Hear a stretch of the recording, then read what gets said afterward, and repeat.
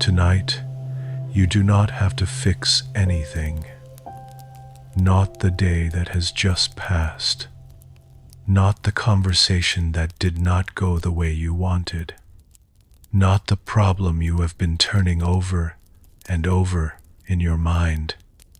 Not even yourself. For the next little while, there is nothing here that needs mending, and no part of you that needs to be repaired. But the mind does not always believe this. You lie down, and the body grows still, and just as you begin to settle, the mind reaches for something to fix. It scans the day for mistakes. It searches the future for problems. It picks up some old regret and turns it over, looking for the place where it went wrong, certain that if it can just find the flaw, it can finally repair it, and then, at last, you will be allowed to rest. This is the habit we will gently set down tonight. The endless fixing, the quiet belief that you cannot rest until everything is solved, until every loose end is tied, until you yourself are somehow finished and flawless and complete. It is a heavy belief to carry into the dark. It turns the bed into a workshop, the night into a long list of repairs, and you into a worker who is never allowed to set down the tools. But tonight, the workshop is closed. The tools are set down. There is nothing here that needs your fixing, and nowhere you need to be but here, sinking slowly into rest. Before we begin, take a moment to notice where you are. The hour around you, the quiet that is gathered, the weight of your own body finally coming to rest.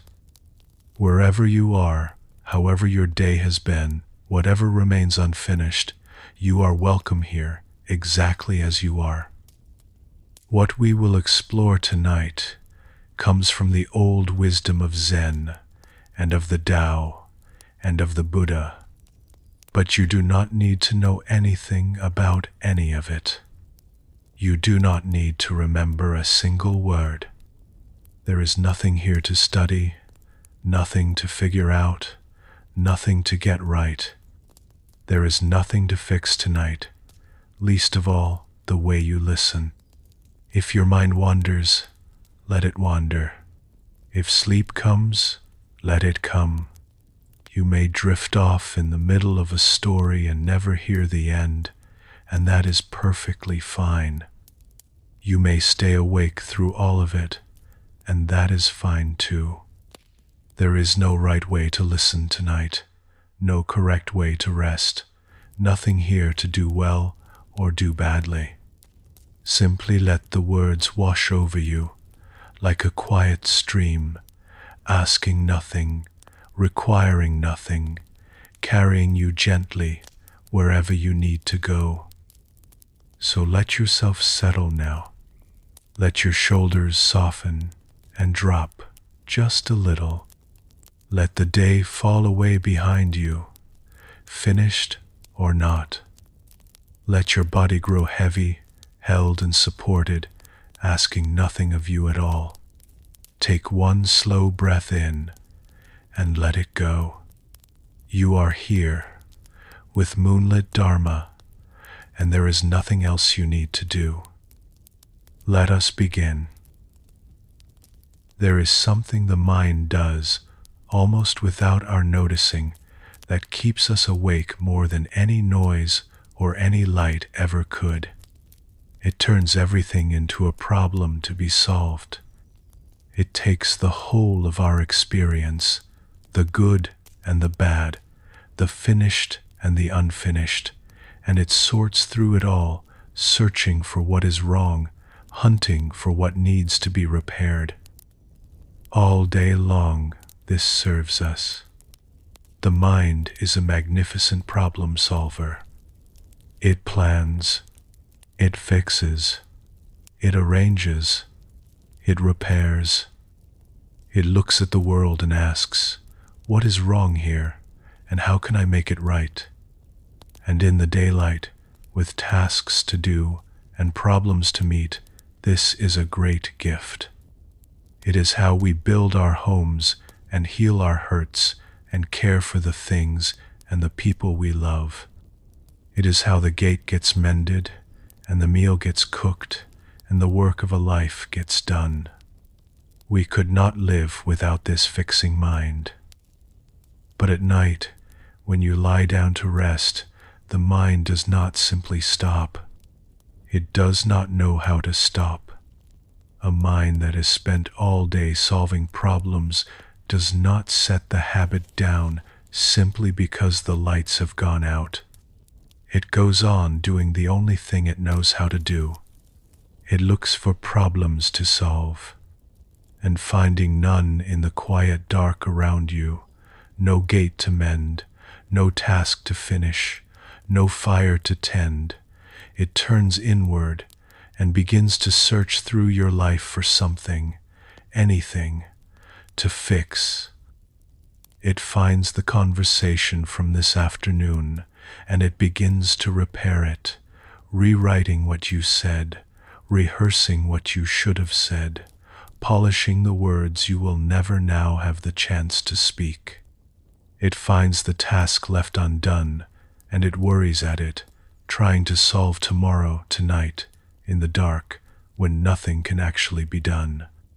It finds some old wound, long past mending, and it picks at it anyway, certain there must still be a way to make it right. And when it runs out of problems in the world, it turns, at last, to you.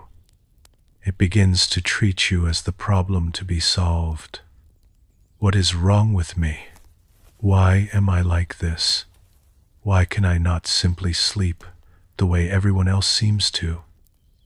Here is the gentle truth at the heart of tonight. Not everything can be fixed. And more than that, not everything needs to be. Some things are not problems at all, though the fixing mind insists on treating them as such. A feeling is not a problem. A quiet night is not a problem. And you, resting here in the dark, are not a problem either, though you may have spent a lifetime being told or telling yourself otherwise. There is a difference between the problems of the day and the restlessness of the night, and it is a difference worth understanding. Some things in life truly can be solved, and the mind is right to try. A broken gate can be mended. A misunderstanding can be cleared. A task can be finished. But some things cannot be solved at all. They can only be accepted and held gently and allowed to be what they are. The past cannot be repaired. What has happened, and no amount of turning it over in the dark will change a single thing about it. A feeling cannot be fixed like a leaking pipe. You cannot reach into your own heart with a wrench and tighten away the sadness, or patch over the worry, or replace the part that aches. Feelings do not work that way. They are not broken things to be repaired, but weather to be weathered, passing through and moving on. And you, lying here in the dark, are not a machine with a fault to be found. You are not a broken thing waiting to be fixed before it can work properly again. You are not broken. You never were. The trouble comes when we take the mind that is so good at fixing the gate and we point it at the things that cannot be fixed. We try to repair the past, and we cannot, and so we lie awake, turning it over endlessly. We try to solve a feeling, and we cannot, and so the feeling only grows, fed by all our struggling.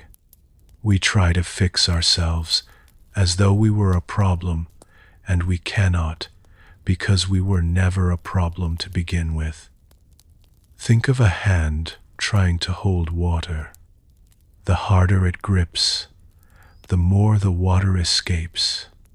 Squeeze with all your strength, and your palm comes up empty. But hold your hand open, soft and still, and the water rests there, gathered in your palm, going nowhere. So much of what we long for at night is like water. Rest, peace, ease. They cannot be gripped. They cannot be forced or fixed into being. They come only to the open hand. This is the great reversal that the night asks us to learn. In so much of life, effort brings reward, and gripping holds what we have. But in the realm of rest, the rules are turned upside down. Here, effort pushes away what we seek. Here, gripping empties the hand. Here, the only way to hold what we long for is to stop trying to hold it at all. There is an old line from the Tao Te Ching, written more than 2,000 years ago, that points to this very thing. The highest good, it says, is like water. Water benefits all things, and does not contend with them. It does not struggle. It does not force. It does not fight to fix the shape of the riverbed. When it meets a stone, it does not battle the stone, or try to repair it, or wear itself out pushing against it.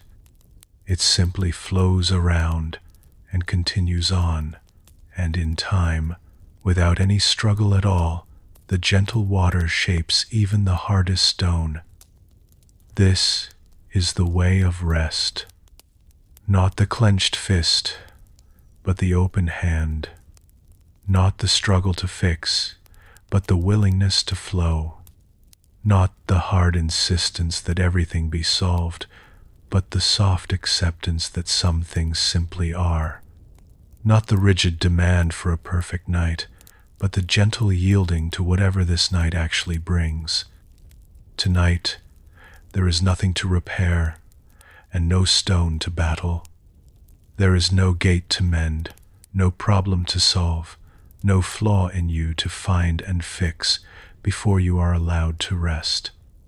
There is only the soft water of your own awareness, flowing gently around everything it meets, asking nothing, fixing nothing, simply moving on toward rest. Let yourself be like that water now. Whatever you meet in the dark tonight, whatever thought or feeling rises before you, do not stop to battle it, do not strain to repair it. Simply flow around it, soft and patient, finding the lower and easier way, continuing on without effort toward the deep and quiet sea of sleep that is drawing nearer with every breath. Let us explore a story. In an old town in Japan, in the days when such things were done by hand, there lived a woman who owned a tea bowl that she loved more than any other thing she possessed. It had belonged to her mother, and to her mother's mother before that, and its glaze was the soft gray-green of moss after rain. She used it every morning, holding it in both hands, feeling its familiar weight, and in those quiet moments she felt connected to all the women of her family who had held it before her. One morning, her hands were cold, or perhaps her mind was elsewhere, and the bowl slipped from her fingers. It struck the stone floor and broke into several pieces. She stood there, looking down at the fragments scattered across the cold stone, and something in her chest broke along with it. For a long moment she could not move. She simply stared at the pieces, at the soft gray-green glaze now split into jagged shards, and she felt the loss of it move through her like cold water. The bowl that had survived 3 generations had shattered, and it had happened in her hands, on her morning, through her carelessness. She gathered the pieces carefully, every last shard, and she did not know what to do. She could not bear to throw them away. But a broken bowl was useless, and the sight of it filled her with grief and shame. She wrapped the pieces in a cloth, and she carried them through the town to the workshop of an old craftsman who was said to mend broken things. The old man unwrapped the cloth and looked at the fragments for a long while, turning each one over in his weathered hands. "I want you to repair it," the woman said. "But please, make it as it was. Hide the cracks. Make it so that no one will ever know it was broken. Make it perfect again, the way it used to be." The old craftsman looked at her with kind eyes. "I can mend your bowl," he said slowly, "but I cannot do what you ask. I cannot make it as though it was never broken. That bowl is gone. It broke, and no mending in the world can change the fact that it broke. But I can give you something else, if you will trust me. Come back in a week." The woman did not understand, but she was weary, and she trusted his gentle face, and so she left the pieces with him and went home. A week later, she returned. The old man brought out her bowl, whole again, and placed it in her hands, and she caught her breath. The cracks had not been hidden. They had not been disguised, or smoothed away, or made to vanish. Instead, the old craftsman had filled every break with gold.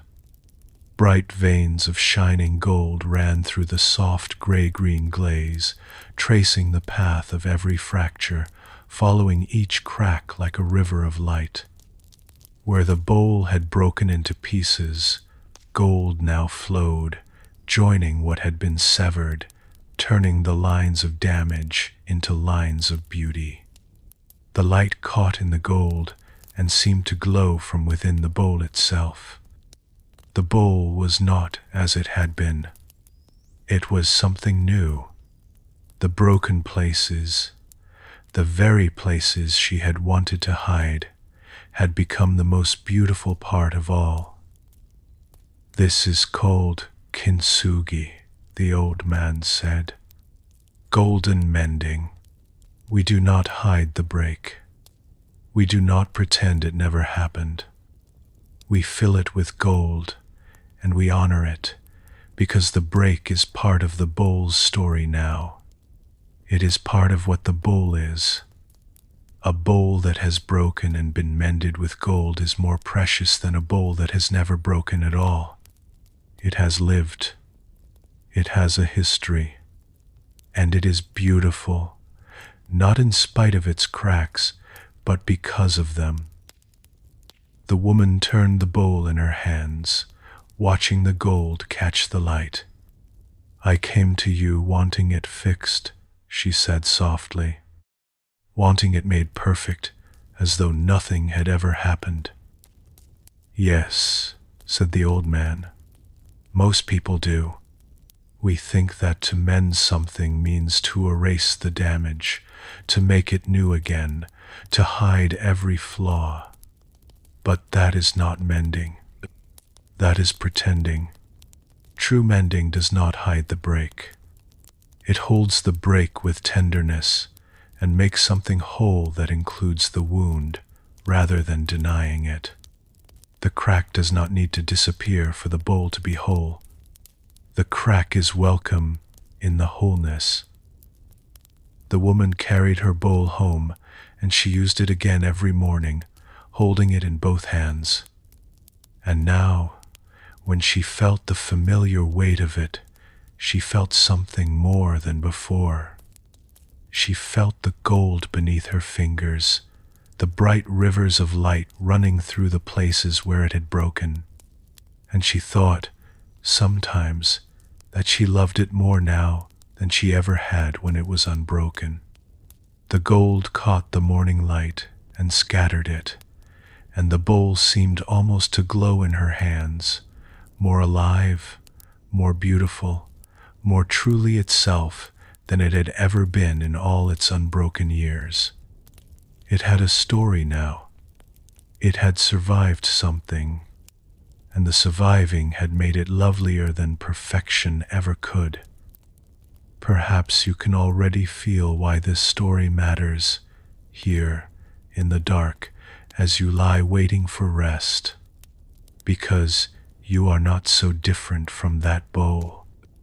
You carry cracks of your own, the places where life has broken you, the mistakes you have made, the wounds you have gathered along the way. And so much of your restlessness comes from believing that these cracks must be hidden, erased, fixed, made to vanish, before you can be whole, before you can be at peace, before you can rest. But you do not need to hide your cracks. You do not need to fix everything that has broken in you. You are not less whole because you have been wounded. Like the bowl, you are whole in a way that includes your breaks, that holds them gently, that fills them in time with something like gold. Wholeness was never the absence of cracks. It was always the holding of them, the gentle acceptance that makes a place for the wound within the larger wholeness. The crack is welcome in the wholeness. You do not have to be unbroken to be at peace. You have only to stop demanding that you be perfect before you are allowed to rest. Think of all the gold that runs through you, the places where you broke and healed and grew stronger in the broken places, the wisdom you carry only because you were once wounded, the compassion you feel for others only because you, too, have suffered. These are your golden seams, the beauty that exists not in spite of your cracks but because of them. You are not a thing to be made flawless. You are a thing already made beautiful by everything you have survived. There is a quiet freedom in this if we let it settle in. So much of what keeps us awake is not the brokenness itself, but the war we wage against it. The endless effort to fix what cannot be fixed, to erase what has already happened, to make ourselves into something flawless and finished before we will allow ourselves a moment of peace. But you are not a problem to be solved. You are not a machine with a fault to be found and repaired. You are a living thing, cracked and golden and whole, exactly as you are tonight. And the rest you are looking for does not wait on the far side of some final repair. It is available now, in this very moment, the moment you stop treating yourself as something that needs fixing before it can be loved. Tonight, let the cracks be. Let the unfinished things stay unfinished. Let the broken places be broken, and trust that you are whole anyway, in the deeper way that does not depend on being perfect. There is nothing to fix tonight. There is only you, lying here in the quiet, already whole, already enough, already worthy of the rest that is coming. Let us turn now to something the Buddha understood very clearly, something that lies close to the heart of why we suffer in the night. There is pain in life that we cannot avoid, but there is a second kind of suffering, one we add ourselves, and it comes from our struggle against the pain that is already here. The Buddha spoke of this as two arrows. The first arrow is the pain itself, the thing that actually happens. a loss, a sorrow, an ache in the body, a disappointment, a difficult day. This first arrow comes to every life, and it brings real pain, and there is no avoiding it entirely. To be alive is to be struck, now and then, by the first arrow. But then comes the second arrow, and this one we fire into ourselves. It is our reaction to the pain, the struggling against it, the resisting, the endless effort to fix what has already happened, to undo what cannot be undone, to make the pain into something other than what it is. The first arrow is the pain. The second arrow is our refusal to accept that the pain is here. And here is the strange truth the Buddha saw so clearly. The first arrow, the real one, often causes far less suffering than the second. The actual pain of a difficult moment passes, in time, on its own. But the second arrow, the resisting, the struggling, the endless replaying and fighting, can keep us in pain for hours, for days, for years. We are wounded far more by our resistance to pain than by the pain itself. Think of how this plays out in the night. Perhaps there is a sadness in you, or a worry, or simply the restlessness of a mind that will not settle. That is the first arrow, and it is real. But then the second arrow flies. You begin to fight the feeling. You should not feel this way. You need to fix this before you can sleep. What is wrong with you that you feel this at all? And now you are not simply sad or worried or restless. You are at war with your own sadness, your own worry, your own restlessness. And that war is far more exhausting than the feeling ever was. Here is something that sounds simple, and yet can take a lifetime to truly understand. You do not have to fix the feeling. You only have to stop fighting it. There is a great difference between acceptance and defeat, and it is important not to confuse them. To accept a feeling is not to give up, or to resign yourself to misery, or to declare that nothing will ever change.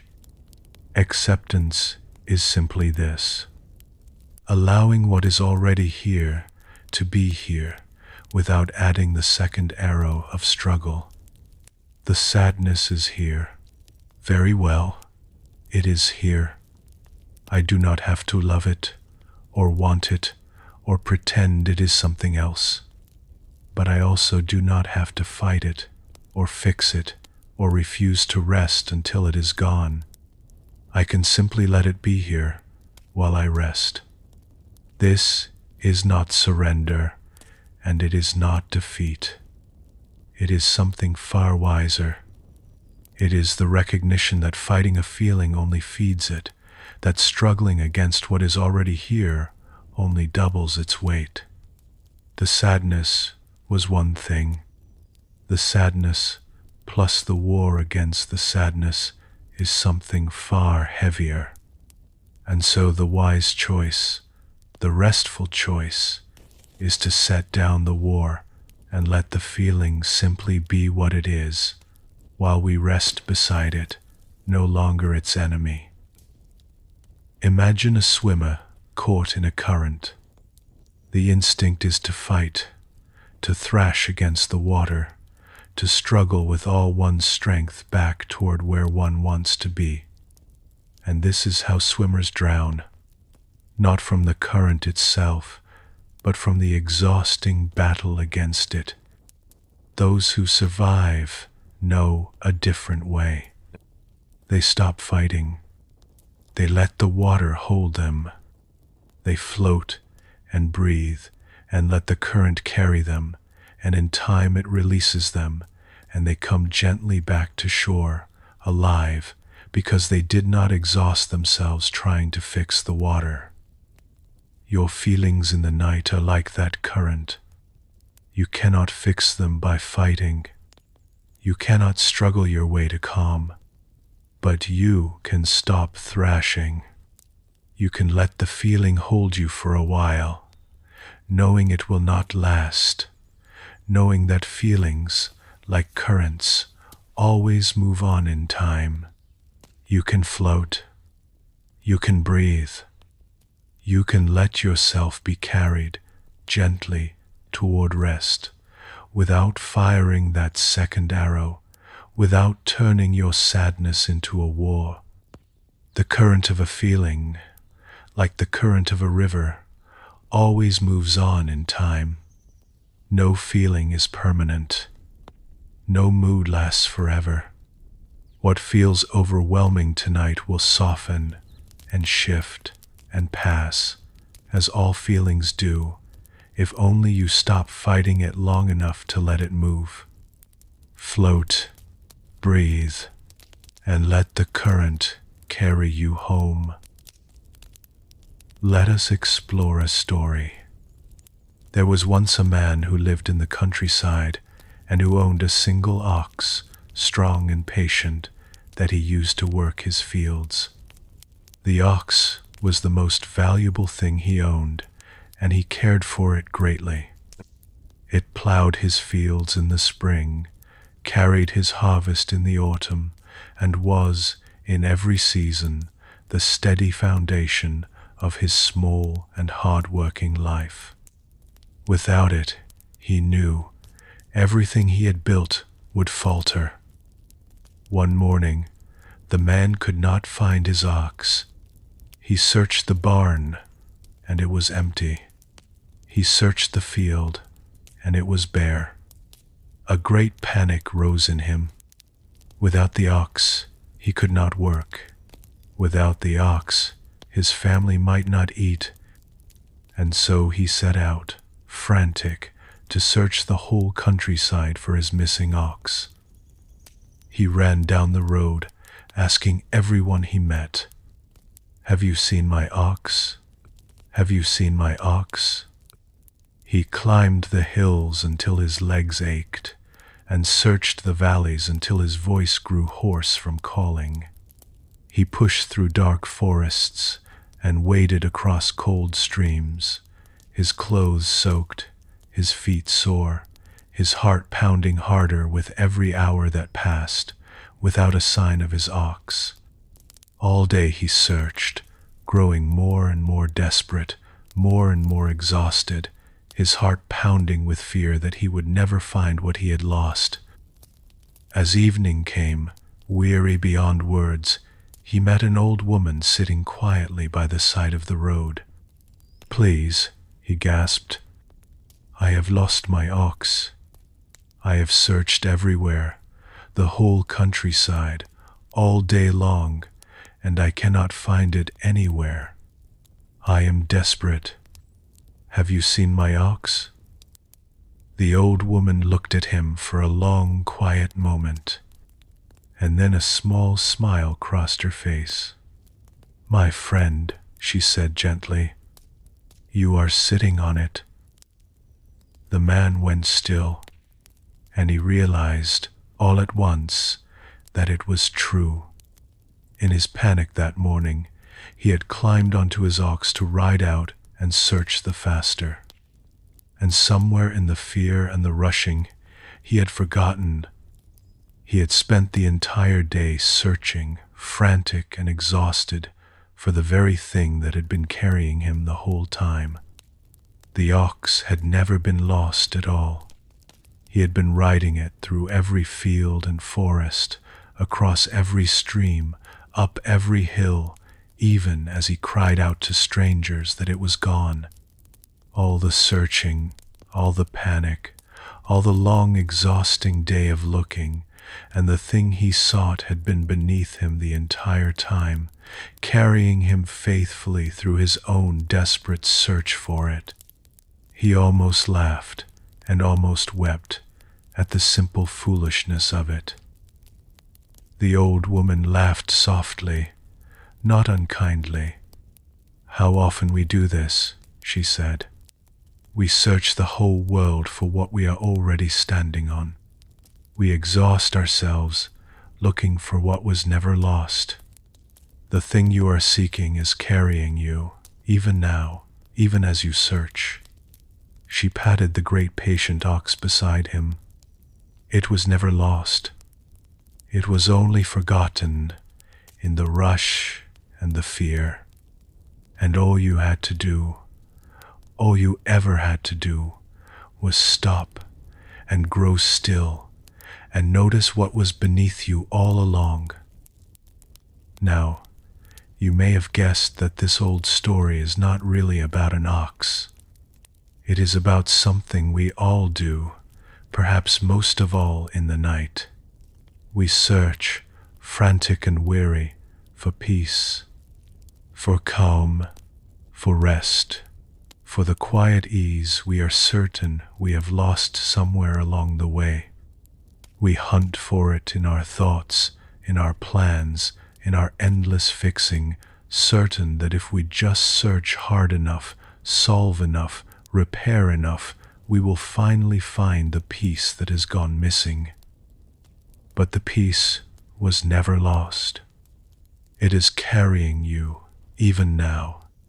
It is beneath you, around you, holding you, the whole time you spend searching for it. The very stillness you are seeking is the ground you are already resting on. You do not have to find your way to peace through some great effort of searching and fixing. You have only to stop and grow quiet and notice that you were resting on it all along. There is nothing to find. There is nothing to fix. The ox was never lost. You are sitting on it now. The peace, the calm, the rest you have been hunting for through all your thinking and fixing is the very ground you lie upon. It was never somewhere else. It was never lost. It has been holding you patiently this whole long night, waiting only for you to grow still enough to feel it beneath you. It is a strange thing how much of our searching is for what we already have. We treat peace as though it were far away, on the other side of some accomplishment, some solution, some final fixing of all that is wrong. And so we ride out, frantic, to search for it, never noticing that it has been carrying us the whole time. The rest you long for tonight is not somewhere else. It is not waiting on the far side of a solved life. It is here, beneath you, in the simple fact of your body lying down, your breath moving in and out, this quiet moment asking nothing of you. You do not have to search for it. You do not have to earn it by fixing everything first. You have only to stop searching long enough to feel the ground that was holding you all along. So let the searching end, just for tonight. Let the frantic hunting for the missing piece grow quiet. You are not missing anything. You are resting on the very thing you were looking for. Be still and feel it hold you, and let yourself be carried gently into rest. Let us turn now to one of the oldest and gentlest ideas in all of Taoist thought. It is called Wu Wei, which is often translated as non-doing, or effortless action, or simply not forcing, and it may be the single most useful idea there is for a mind that cannot stop trying to fix things in the night. We tend to believe that everything good must be achieved through effort, that if we want something, we must strive for it, push for it, work for it, force it into being. And for many things in life, this is true.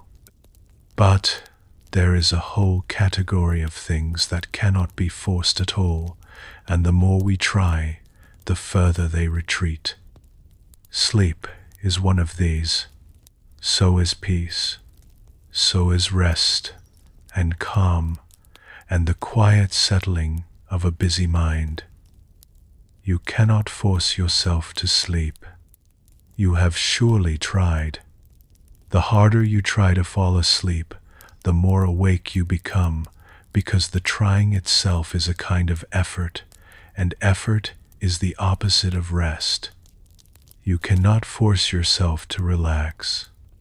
The very command, relax, carries a tension within it. These things do not come through force. They come through Wu Wei, through the letting go of force, through the willingness to stop trying and simply allow. Think of how it feels to try to remember a name that sits just at the edge of memory. The harder you reach for it, the further it retreats. But the moment you let it go, the moment you turn your attention elsewhere and stop straining, the name floats up on its own, easily, effortlessly. Sleep is like that name. Peace is like that name. They come not when we reach for them, but when we finally stop reaching and let them arrive on their own. The Tao Te Ching speaks of this directly. In the pursuit of learning, it says, every day something is added. But in the pursuit of the way, every day something is dropped. Less and less, until one arrives at non-doing. And when nothing is forced, nothing is left undone. One translation puts it even more beautifully. Loss upon loss, it says, until at last comes rest. What a strange and beautiful idea, that rest is reached not by gaining but by losing, not by adding but by letting fall away. The fixing mind hears this and does not understand, for it knows only how to add, how to do, how to gain. But the deeper part of you understands perfectly. It knows that you are heaviest when you are most full, and lightest when you have let the most go. Notice what this is saying. The path to rest is not a path of adding, of doing more, of trying harder. It is a path of subtraction, of dropping things, of letting go a little more each moment until there is nothing left to force, and rest arrives on its own, the way it always does when we finally stop standing in its way. Think again of water, which the Taoists loved above all things, because water is the great master of Wu Wei. Water never forces. When a river meets a boulder in its path, it does not stop and strain against the rock, exhausting itself trying to move what will not move. It does not try to fix the boulder, or argue with it, or wait until the boulder is gone before continuing on. It simply yields. It flows around, finding the lower path, the easier way, and it continues toward the sea. And here is the wonder of it. The water, by never forcing, by always yielding, is the very thing that in the end wears the boulder away. The soft overcomes the hard. The yielding outlasts the rigid, not through force, but through the patient grace of never forcing at all. This is the secret the restless mind has forgotten. You do not have to force your way to sleep. You do not have to push the river, or battle the boulder, or fix everything in your path before you can rest. You can be like water tonight. The Taoists believed water was the wisest thing in all the world, precisely because it never forces, never fights, never strains to fix what is in its way. Soft, yielding, flowing gently around whatever you meet, not fighting it, not fixing it, simply finding the lower and easier way and continuing on without effort toward the deep sea of rest. The water does not worry whether it is flowing correctly. It does not strain to reach the sea. It simply yields to the shape of the land, takes the path of least resistance, and arrives, in time, exactly where all water arrives, carried by its own soft nature. So can you be carried tonight by the soft nature of rest, which asks no effort, only the willingness to flow? Let us explore a story. There was once an old master who lived beside a great lake, and to him came a young student who carried a heavy unhappiness. The young man complained constantly. Nothing in his life was right. Every small trouble felt enormous to him. Every minor pain consumed his whole attention. He came to the master each day with his litany of woes, and no comfort the master offered ever seemed to help. One morning, instead of listening to the complaints, the old master asked the young man to fetch some salt. Puzzled, the student brought a handful of salt. The master told him to put the salt into a glass of water and to stir it, and then to drink. The student did so, and grimaced and spat. "How does it taste?" the master asked. "Bitter," said the student. "Terribly bitter." The master nodded. "Now, come with me," he said. And he led the young man out of the small room, down a winding path, to the edge of the great lake. The water stretched away before them, vast and shining, the far shore lost in morning mist, the surface utterly still, and holding the pale sky like a mirror. He told him to take another handful of salt, the same amount as before, and to throw it into the lake. The student did, watching the salt vanish into the vast water. Then the master said, "Now drink from the lake." The student knelt at the water's edge, where small waves lapped gently against the stones, and the cool water was clear as glass. The student knelt and cupped the clear lake water in his hands and drank. "How does it taste?" the master asked. "Fresh," said the student, "clean and sweet." "Can you taste the salt?" asked the master. "No," said the young man, "not at all." The old master sat down beside the water and motioned for the student to sit beside him. "The pain in your life is like this salt," he said. "Exactly this much, and no more. The amount of salt does not change. The pain that comes to a life is much the same for everyone, but the bitterness you taste depends entirely on the size of the vessel you place it in.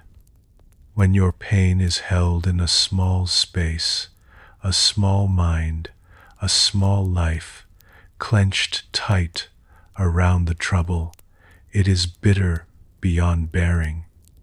But when you hold the very same pain in something vast and open, it becomes almost nothing. The salt has not changed. The space around it has." The student was quiet, looking out at the wide and shining lake. "So you must stop trying to fix the salt," the master said gently. "You cannot remove the pain from your life. That is not within your power, and the trying only exhausts you. The salt is the salt, but you can become the lake.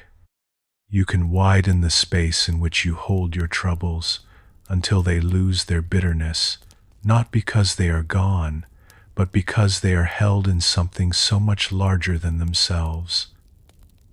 This is a different kind of wisdom than we are used to. We are taught to fix our problems, to remove our pain, to take the salt out of the water, but some pain cannot be removed. Some salt will not come out, and for these there is another way. Not to shrink around the pain, clutching it in a small and bitter space, but to grow vast around it, to become spacious enough that the pain, though it remains, is no longer the whole of the water. Tonight, you do not have to remove whatever troubles you. You do not have to fix the salt, or strain it out, or refuse to rest until the water is pure. You have only to widen, to let your awareness grow large and open and deep, like the great lake under the moon. Let your breath grow slow, and your mind grow spacious, and let whatever pain you carry simply dissolve into that vastness, not gone, but no longer bitter, held now in something far larger than itself, until you can no longer taste it at all, and there is only the clean, sweet water of rest. You are so much larger than your troubles. You are the vast lake, and they are only a handful of salt. They feel enormous only when you shrink yourself down to the size of a glass, clutching them close in a small and bitter space. But widen, open, become the lake again, and feel how the very same troubles dissolve into something so much greater than themselves, until the water is sweet once more. There is a deep relief in this teaching, the relief of no longer having to remove what cannot be removed. So much of our struggle comes from trying to strain the salt out of the water, trying to make our pain disappear before we will allow ourselves any peace. And when the pain will not go, we lie awake, certain that rest is impossible until it does. But you do not have to empty the water. You have only to widen it. The trouble you carry tonight is a handful of salt, no more, and the awareness in which you hold it can be as small as a glass or as vast as a lake. The choice, the only choice that matters, is not whether to remove the salt, but how much space to hold it in. So let yourself grow spacious now. Let the walls of the small and clenching mind soften and widen. Let your awareness open out, vast and calm and deep, and let your troubles rest in that vastness, dissolving, fading, losing their sharpness, until what remains is only the wide and quiet water, holding everything, troubled by nothing, shining softly in the dark. Let us turn now to a quiet truth that the restless mind finds very hard to believe. You are already enough. There is nothing missing from you that must be added before you can rest. So much of our fixing in the night comes from a hidden belief that we are not yet complete, that there is some final piece we lack, some flaw we must correct, some improvement we must make before we will be worthy of peace. We lie awake, taking inventory of our shortcomings, the things we have not yet achieved, the ways we have fallen short, the person we feel we ought to be, but are not yet. And we tell ourselves that once we have fixed all of this, once we have become that better and more finished version of ourselves, then we will finally be at peace.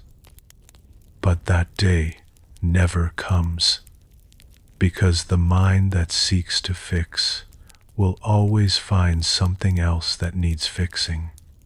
Solve one shortcoming and it discovers another.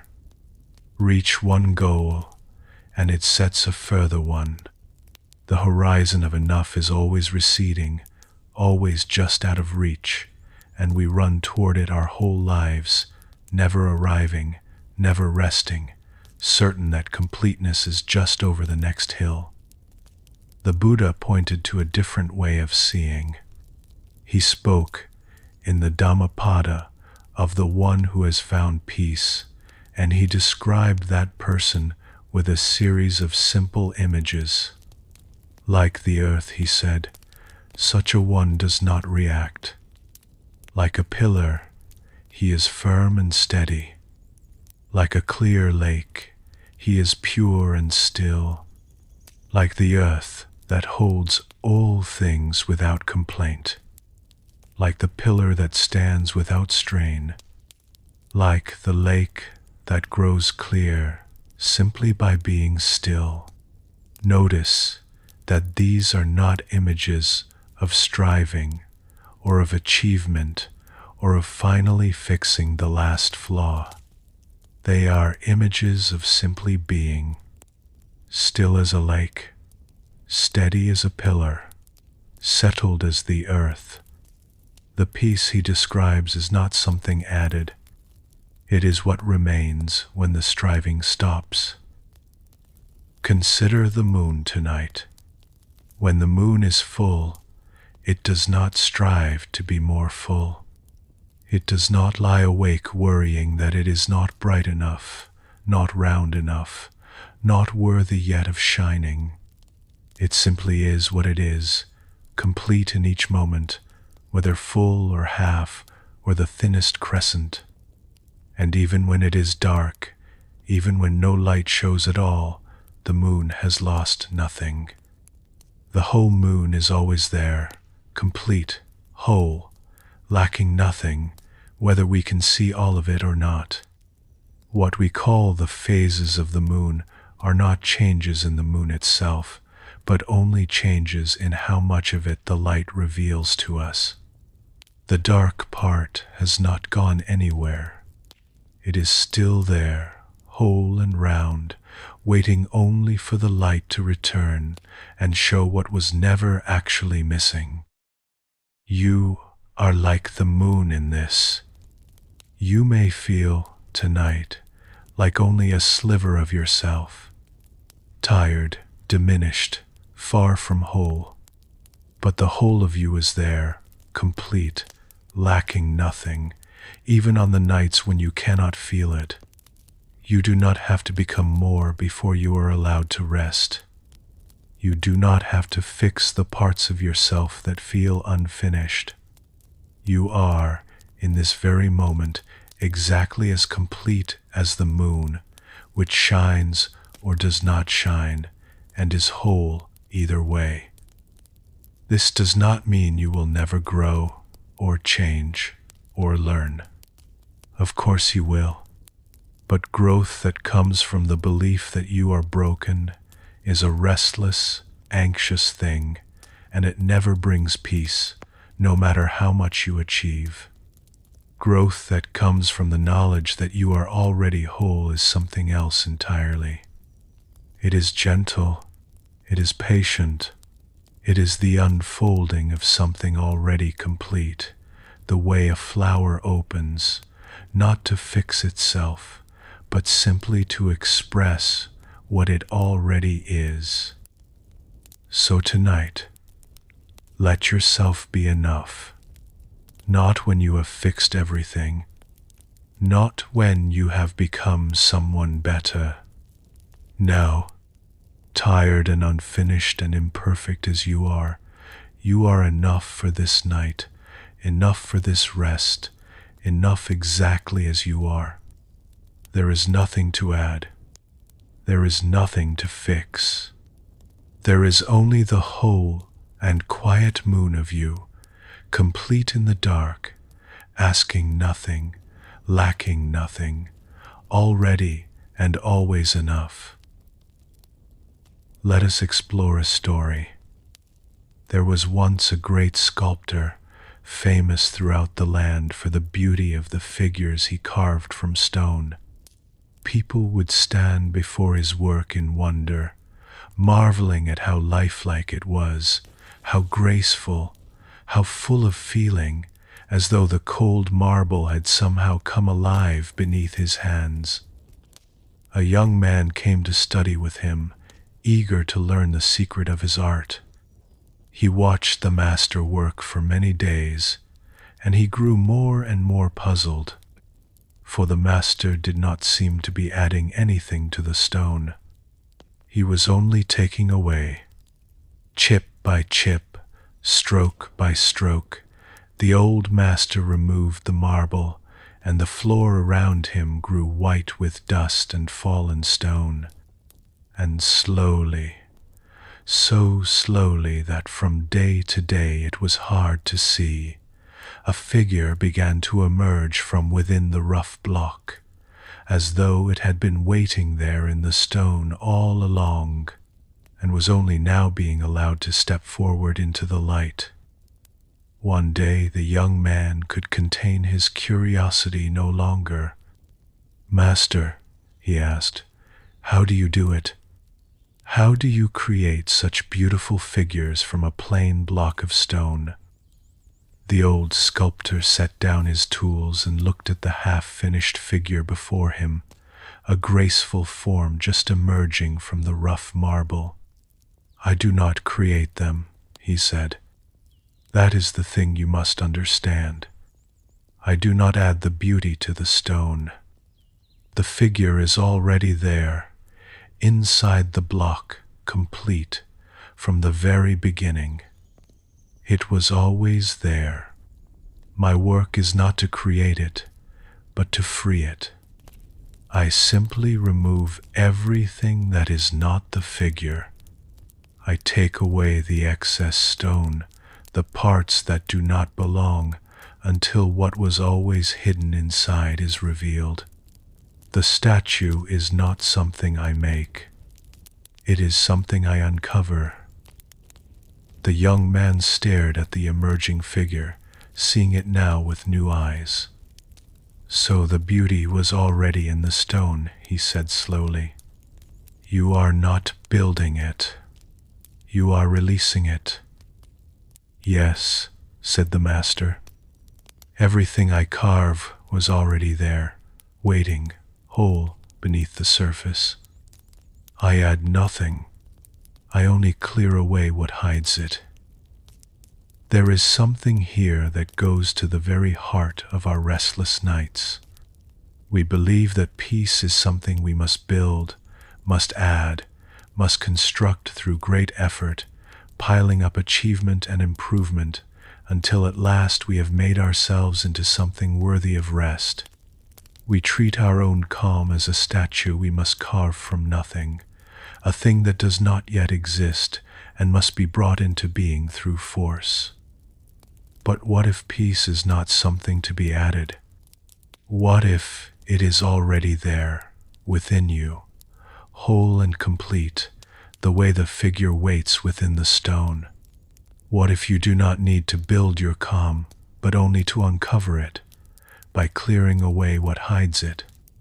The noise of the fixing mind, the clutter of worry, the excess of striving, these are the stone that must be chipped away, not to create the peace, but to reveal the peace that was always there beneath them. You do not have to add anything to yourself tonight to find rest. The rest is already in you, complete, waiting, the way the statue waits in the marble. You have only to let the excess fall away. The worrying, the planning, the endless fixing, all the rough stone that hides the quiet figure within. Let it fall away, chip by chip, thought by thought, breath by breath. And what remains, when all of it has fallen, is not something you have built. It is something you have uncovered. The peace that was always there. The stillness that was waiting in you all along, beneath the rough stone of your worrying, complete and whole, and needing nothing but to be uncovered. You were never an empty block that had to be filled with peace from outside. The peace was always within you, your truest nature, hidden only by the noise that gathered over it like rough stone over a figure. You are not the rough stone. You are the figure within it, waiting, patient, already perfectly formed, asking only that the excess be allowed to fall away so that you can finally be seen. What a different way this is of meeting ourselves in the night, not as a block of raw material that must be hammered into something worthy, but as a figure already whole, waiting only to be uncovered, not as a problem to be solved, but as a piece to be revealed. The fixing mind believes it must add and add, build and build, before there can be any rest. But the deeper truth is that rest is not built at all. It is what shows itself when we stop adding, when we let the noise fall away, when we clear the excess stone of worry and striving and allow the quiet figure beneath to be seen. So tonight, do not try to build your peace. Do not add one more effort, one more fix, one more improvement. Instead, let things fall away. Let the thoughts settle and drop. Let the striving grow quiet. Let the rough stone of the day crumble gently from around the stillness it was hiding, and rest in what remains, which was always there, whole and complete, waiting in you all along. Let us turn now to the way things grow, because there is wisdom in a garden that the fixing mind has forgotten. Some things cannot be hurried. Some things cannot be forced. And the more we try to rush them, the more we damage the very thing we are trying to help.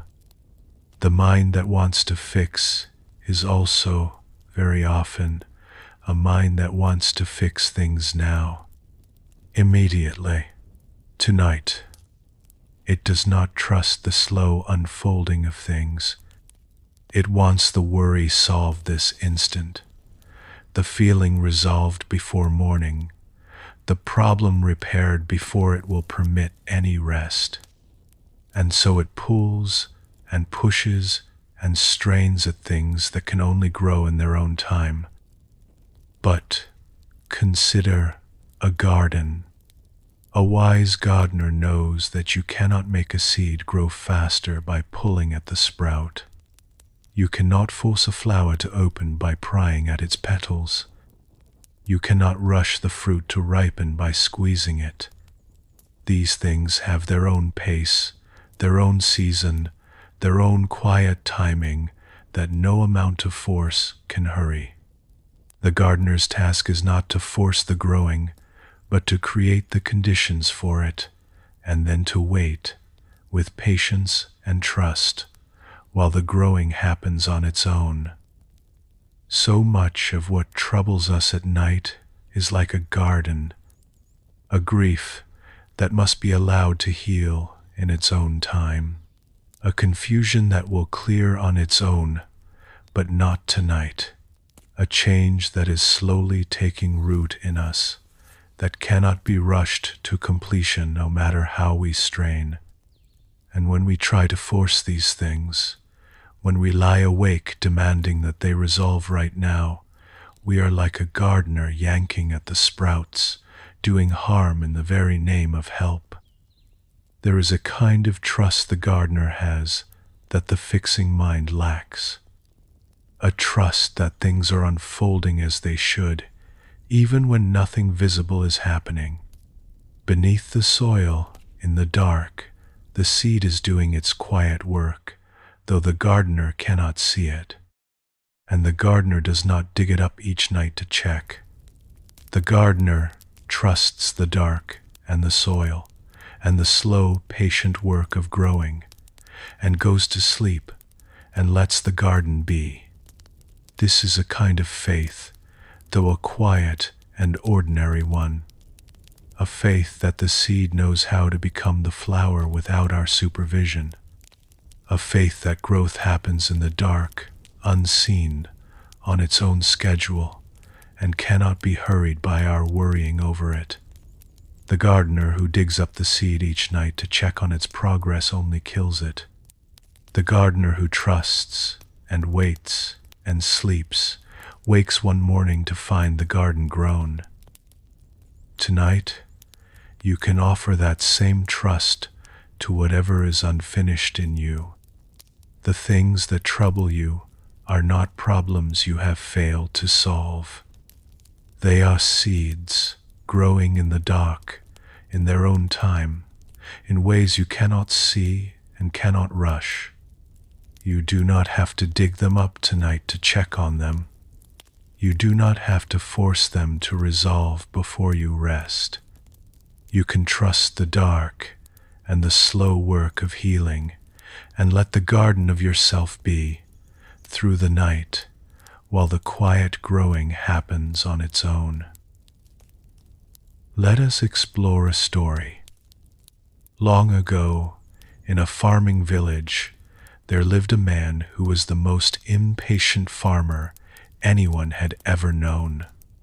He had planted a field of rice, as his neighbors had, and like them he watched the green shoots push up through the wet soil of the paddy. But where his neighbors were patient, content to let the rice grow at its own pace, this farmer could not bear to wait. Each morning he went out to his field and looked at the young rice shoots, and each morning they seemed to him to be growing far too slowly. He would kneel at the edge of the paddy and measure them against his fingers, and fret that they had grown only the tiniest bit since the day before. His neighbors' fields and his own looked much the same, but in his impatience he was certain his rice was falling behind. Why will it not grow faster, he thought. There must be something I can do. One evening, after staring at the slow-growing shoots all day, he had an idea that seemed to him quite brilliant. If the rice was growing too slowly, he would help it. He would simply pull each shoot upward just a little to give it a head start. Surely, he thought, this would make his rice grow taller faster than all the rest. So he waded into his paddy, and one by one he took each young rice plant between his fingers and gently pulled it upward, just a bit, lifting it higher out of the soil. There were thousands of plants, row upon row, stretching across the whole flooded paddy, and it took him the entire night, bent double in the cold, dark water, his back aching, his hands growing numb, moving from shoot to shoot beneath the light of the moon, tugging gently at each one, lifting each tender plant a little higher out of the mud. But by dawn he had finished, and he stood at the edge of his field, exhausted but proud. Every single shoot now stood taller than it had the day before. He had fixed the slowness. He had made his rice grow. He went home and slept the contented sleep of a man who has solved his problem. But when he returned to his field the next morning, his heart sank.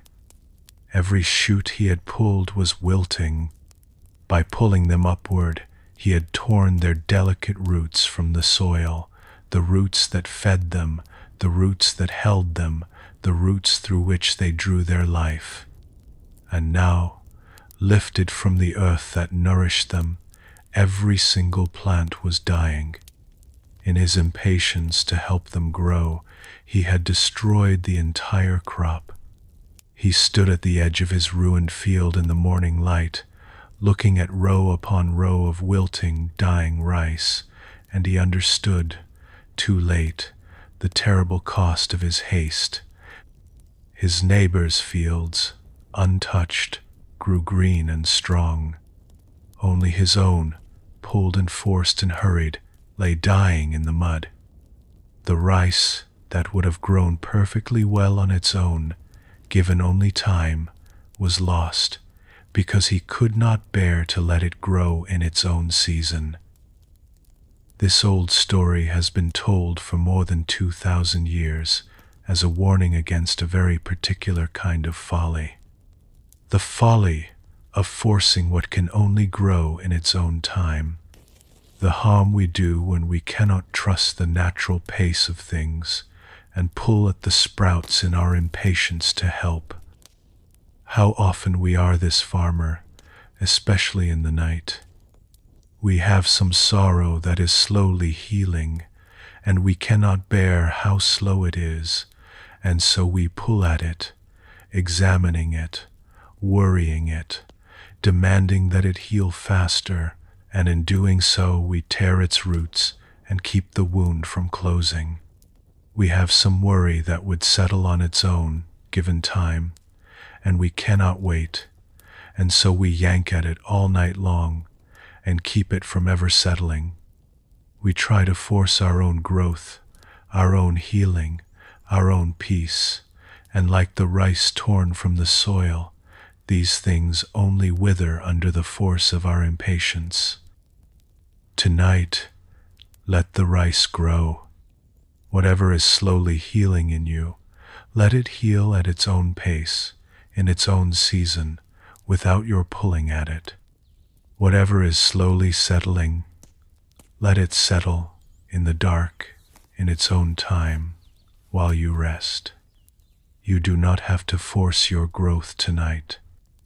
You do not have to pull at the tender shoots of your own healing. You have only to trust the soil and the season and the quiet, patient work of growing, and to let yourself rest while it happens, all on its own, exactly as it should. The deepest healing, like the deepest growing, happens in the dark, unseen, while we rest. The wound knits itself together in the night. The sorrow softens with the passing of quiet time. You do not have to oversee any of it. You have only to provide the rest, the dark, the patient quiet, and let the growing do itself, as it always has, as it always will. There is a deep kindness in learning to trust the pace of things. So much of our exhaustion comes from impatience, from the refusal to let things take the time they need, from the belief that we must force every healing and hurry every change. And like the impatient farmer, we so often harm the very things we are trying to help. But you are not behind. You are not growing too slowly. The things unfolding in you have their own season, and they cannot be rushed, and they do not need to be. The most loving thing you can do for them and for yourself is to stop pulling at the sprouts, to trust the dark soil, to let the slow work of growing happen at its own pace while you rest. So let the impatience soften now. Let the demand for everything to resolve tonight grow quiet. Whatever is growing in you is growing well in its own time, beneath the surface, in ways you do not need to see or check or hurry. Let it grow. Let yourself rest, and trust that morning and all the mornings after will bring exactly the growth that this quiet night is gently making possible. Let us explore a story. An old grandfather was sitting with his grandson one evening as the light faded and the fire burned low. The boy was troubled. Earlier that day he had felt a great anger, and then a great shame at his anger, and he did not understand the storm of feelings inside him. He turned to his grandfather and asked how such dark feelings could live in him alongside the good ones. The old man was quiet for a while, looking into the embers. Then he spoke. "Inside every one of us," he said, "there are two wolves. They live side by side, and sometimes they fight. One wolf is anger and fear and bitterness and sorrow. It is all the heaviness we carry. The other wolf is peace and kindness and patience and love.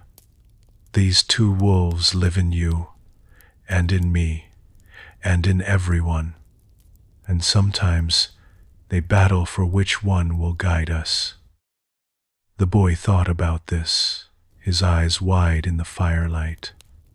"But grandfather," he asked, "which wolf wins? When they fight, which one becomes stronger?" The old man smiled gently. "The one you feed," he said. The boy sat with these words for a long time, and slowly he understood. His grandfather was not telling him to fight the dark wolf, or to kill it, or to drive it out, or to fix what was wrong inside him. He was saying something quieter and wiser. You do not have to defeat the difficult feelings. You do not have to wage war against the parts of yourself you do not like. You have only to choose, gently, which ones to feed.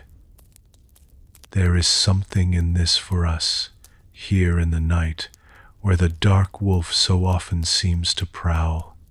When a difficult feeling rises in the dark, anger or fear or sorrow, our instinct is to fight it, to wrestle it down, to fix it, defeat it, make it go away. But fighting the dark wolf is itself a way of feeding it. The struggle gives it strength. The attention feeds it. The harder we battle the feeling, the more alive and powerful it becomes. The grandfather's wisdom is different. You do not have to fight the dark wolf to be at peace. You have only to stop feeding it and to feed the other instead. When the anger rises, you need not battle it. You can simply turn gently and offer your attention to something quieter, to the breath, to the stillness, to the soft wolf of peace that also lives in you, waiting to be fed. You do not fix the darkness by fighting it. You let it grow quiet by no longer feeding it, while you turn your gentle attention toward the light. A fire that is not fed goes out on its own. A wolf that is not fed lies down to sleep. You do not have to wrestle the darkness into submission.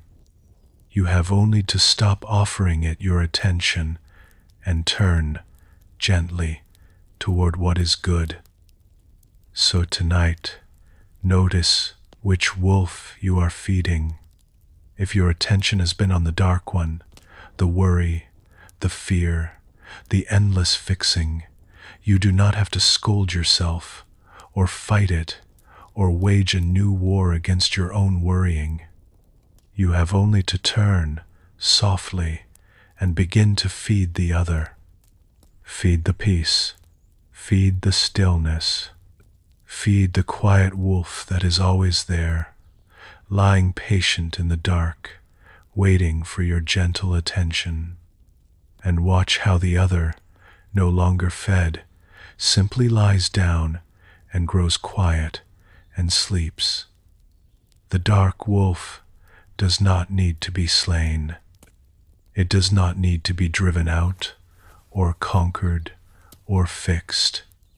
It only needs to be left unfed, while you turn your gentle attention toward the wolf of peace, offering it your breath, your stillness, your quiet care. And in time, fed and tended, the gentle wolf grows strong, and the other, ignored, grows still and lies down in the dark and sleeps. Let us turn now to the breath and to this single present moment, because here is a secret the fixing mind almost never notices. Right now, in this exact moment, there is nothing to fix. The fixing mind does not live in the present. It lives in the past, repairing what has already happened, or in the future, solving what has not yet come. It is almost never here, in this moment, because this moment, on its own, contains no problem to solve. The problems all live in the story of past and future. They cannot survive in the bare present, where there is only this breath, this body, this quiet instant of being alive. Try it now, just for a moment. Not the day that has passed, not the morning that is coming, but only this exact instant. Right now, as you lie here, is anything actually wrong? Not in the story of your life, not in the long account of past and future, but right now, in this single breath. Your body is here, resting. The air is moving in and out.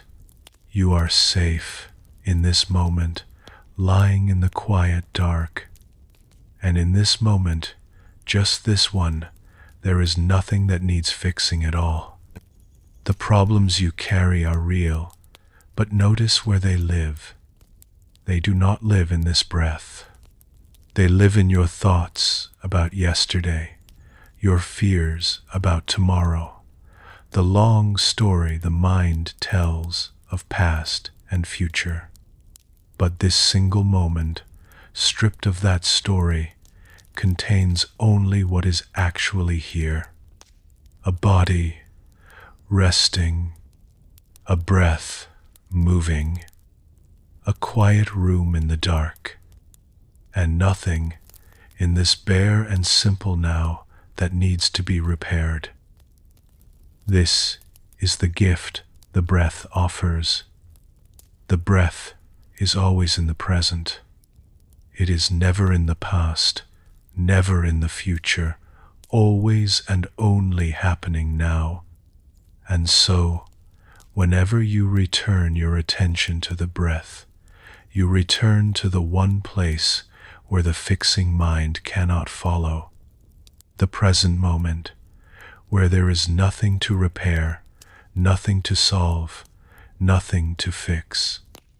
Only this breath arriving, only this breath leaving, only the simple, complete, unbroken now, and then the next breath, and the next, each one a small homecoming to the only moment that has ever existed, the present, where nothing is broken and nothing waits to be fixed.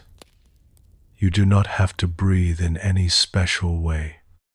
You do not have to fix your breathing, or deepen it, or control it.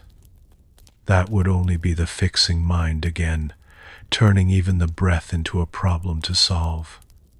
Just let the breath be as it is. Feel it move on its own without your help.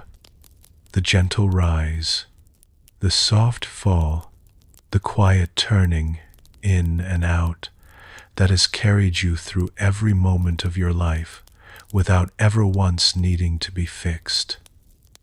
And when the mind wanders off back into the past, forward into the future, searching for something to repair, simply notice without judgment and return. Return to this breath. Return to this moment. Return to the one place where nothing is broken and nothing needs mending. You will wander 1,000 times, and 1,000 times you can return gently to the breath, to the present, to the quiet and complete and unbroken now. It is a strange and freeing discovery that the present moment holds no problems, All our fixing lives in the story of time. In the past we cannot change, and the future we cannot control. But here, now, in this breath, there is only what is, and what is, in this moment, is simply fine. You do not have to solve your whole life tonight. You do not even have to solve the next hour. You have only to be here, in this breath, where nothing is broken, and then in the next breath, and the next, each one complete, each one whole, each one asking nothing of you but to be here, gently, as it passes. So let the breath carry you now, moment by moment, into rest. Not fixing, not solving, not repairing, just here, and then here, and then here, in the simple, unbroken present, breathing softly in the dark, with nothing at all that needs to be mended. Let us explore a story. In a mountain monastery, there was an old master who was known for the extraordinary stillness of his mind. Nothing seemed to disturb him. Praise and criticism, good fortune and bad, joy and sorrow, all passed through him without leaving a mark, and he remained calm and clear through all of it. Those who sat with him often said that being in his presence was like sitting beside still water, that somehow their own restless thoughts grew quiet simply from being near him, though he did nothing at all that they could see. A young monk, struggling greatly with his own turbulent mind, came to the master and asked the secret. "Master," he said, "my mind is in constant turmoil. Every thought that arises disturbs me. Every feeling throws me off balance. I am forever trying to clear my mind, to fix my thoughts, to make myself calm, and I never succeed. How have you made your mind so still?" The master led the young monk to a quiet room where a large bronze mirror hung upon the wall, polished until it shone. "Look at the mirror," the master said. "Tell me what it does." The young monk looked. "It reflects the room," he said. "It shows whatever is in front of it." "Yes," said the master. "When you stand before it, it shows you. When you step away, it shows the empty room. When a bird flies past the window, it shows the bird. Tell me, does the mirror struggle to reflect these things? Does it try to hold on to your face after you have gone? Does it chase after the bird, or grasp at the passing clouds, or try to fix the reflections so that they will stay?" "No," said the young monk. "It simply reflects whatever comes and lets it go when it passes." "And after 1,000 reflections," the master asked, "after showing 1,000 faces and birds and clouds, is the mirror tired? Is it marked or stained or worn? Does it carry the images it has reflected?" "No," the young monk said slowly. "The mirror is always clear. No matter how much it reflects, it remains exactly as it was. Empty, clear, ready for the next thing." The master nodded. "This is the secret you are asking for," he said. "Your mind, in its deepest nature, is like this mirror. It is meant to reflect whatever arises, the thoughts, the feelings, the passing experiences, and then to let them go, keeping nothing, holding nothing, remaining clear. Your turmoil does not come from the reflections. It comes from trying to hold on to them, or push them away, or fix them. You grasp at the pleasant reflections, trying to keep them. You fight the unpleasant ones, trying to remove them. You labor endlessly to fix what passes across the mirror. But the mirror does not need fixing. It never did. It only needs to be allowed to do what it already does. Reflect and release. Reflect and release. Holding nothing. Clear through all of it.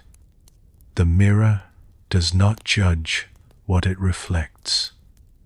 It does not prefer the beautiful faces to the plain ones, or push away the images it does not like.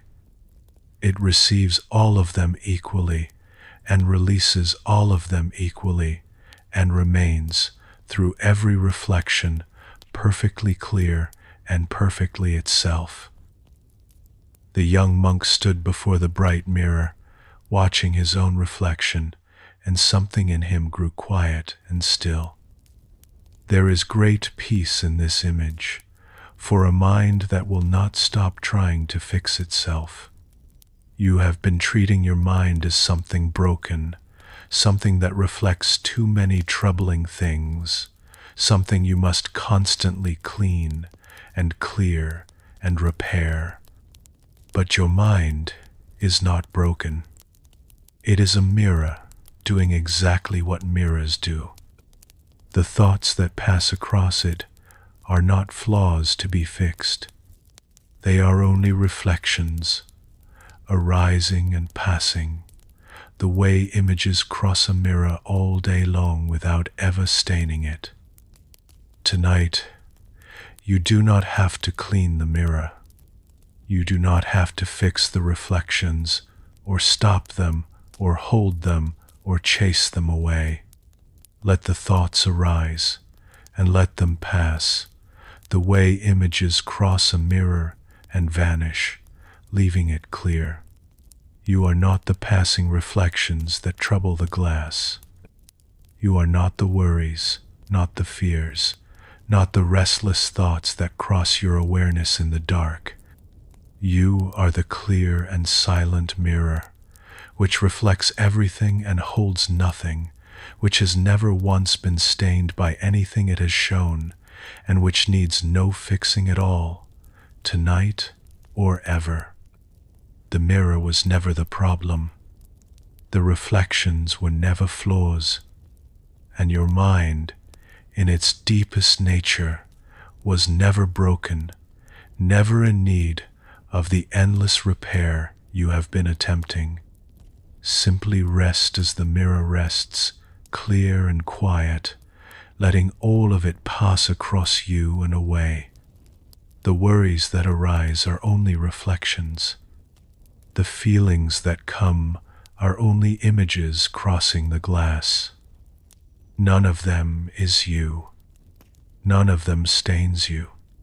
None of them needs to be fixed or held or chased away. You are the clear awareness in which they all appear and disappear, untouched, unbroken, perfectly at rest. Let them come and let them go, into the dark, into the stillness, into sleep. Let us turn now to a different kind of strength than the one we usually admire. We tend to believe that strength means being rigid, unbending, holding firm against all pressure. But the Taoists saw something the rest of us often miss. That what is soft and yielding often outlasts what is hard and rigid, and that the willingness to bend is its own deep form of strength. Think of a great storm passing through a forest. The mighty oak, stiff and proud, stands rigid against the wind, refusing to bend, and the wind, finding no give in it, tears it from the earth and breaks it. But the willow, supple and yielding, bends low before the same wind. It bows almost to the ground, offering no resistance, and the storm passes over it, and when the wind has gone, the willow rises again, unharmed, exactly as it was. The rigid breaks, the yielding endures. The Tao Te Ching speaks of this often. The hard and the stiff, it says, are companions of death. The soft and the yielding are companions of life. What is rigid will be broken. What can bend will survive. And this is not weakness. It is the deepest wisdom there is, the wisdom of the water and the willow, the strength that comes precisely from refusing to fight what cannot be fought. So much of our exhaustion in the night comes from being the rigid oak. We stiffen against our troubles. We brace ourselves against feelings we do not want, hold rigid against the things we cannot change, refuse to bend before the storms of our own minds. And like the oak, we are worn down by the very rigidity we mistake for strength. But you can be the willow tonight. When a difficult feeling blows through, you do not have to stand rigid against it. You can bend. You can yield. You can let the feeling move through you, bowing before it, offering no resistance, knowing that you will rise again when it has passed, unharmed, exactly as you were. There is no need to fix the storm. Storms pass on their own, every one of them, without our help. The willow does not need to do anything about the wind except bend, and wait, and rise again when it has gone. There is only the willow's quiet wisdom, the strength that bends, the softness that endures, the yielding that outlasts every wind. And this is a strength you carry too, deeper than the rigid bracing you mistake for strength. The strength to bend without breaking. The strength to yield and endure and rise again, soft and whole, when every storm has passed. Notice, the willow is not weak. It is alive and supple and deeply rooted, and that is precisely why it can bend. A dead branch is rigid and snaps. A living one bends and survives. Your willingness to bend tonight is not a weakness in you. It is the very sign of your aliveness, your suppleness, your deep and quiet strength. Let us explore a story. In a mountainous land where rivers ran deep through narrow gorges, the people were known for the bridges they built. And of all their bridges, the most famous were not made of stone, but woven from rope and living vine, suspended high across the ravines. A traveler once came to such a land and stood at the edge of a great gorge, looking at the rope bridge that swayed gently in the wind across the chasm. He was afraid. The bridge moved. It swayed and bent with every gust of wind, with every step, and it seemed to him a terrifying thing, certain to fail. Beside him stood an old man of that country who was preparing to cross. "How can you trust it?" the traveler asked. "It bends with every breath of wind. It sways under every step. Surely a bridge should be solid, rigid, unmoving. This thing cannot be safe." The old man smiled. "You have it backwards, friend," he said. "It is safe precisely because it bends. Long ago, our people built bridges of stone across these gorges, rigid and unmoving, just as you describe. And when the great winds came, and the earth shook, as it often does in these mountains, The rigid stone bridges cracked and crumbled and fell into the rivers below. Because they could not move, they could not survive the forces that moved against them. So we learned to build differently. We build bridges that bend. When the wind comes, they sway and let it pass. When the earth shakes, they move with it and settle again. They survive 100 storms that would shatter any rigid thing. Their strength is in their swaying. The traveler watched the old man step onto the bridge and cross it with calm and easy steps, the bridge moving gently beneath him, carrying him safely to the other side. There is something here worth carrying into the night. We so often believe that to be strong, to be safe, to endure, we must be rigid, unmoving, unbending, solid as stone.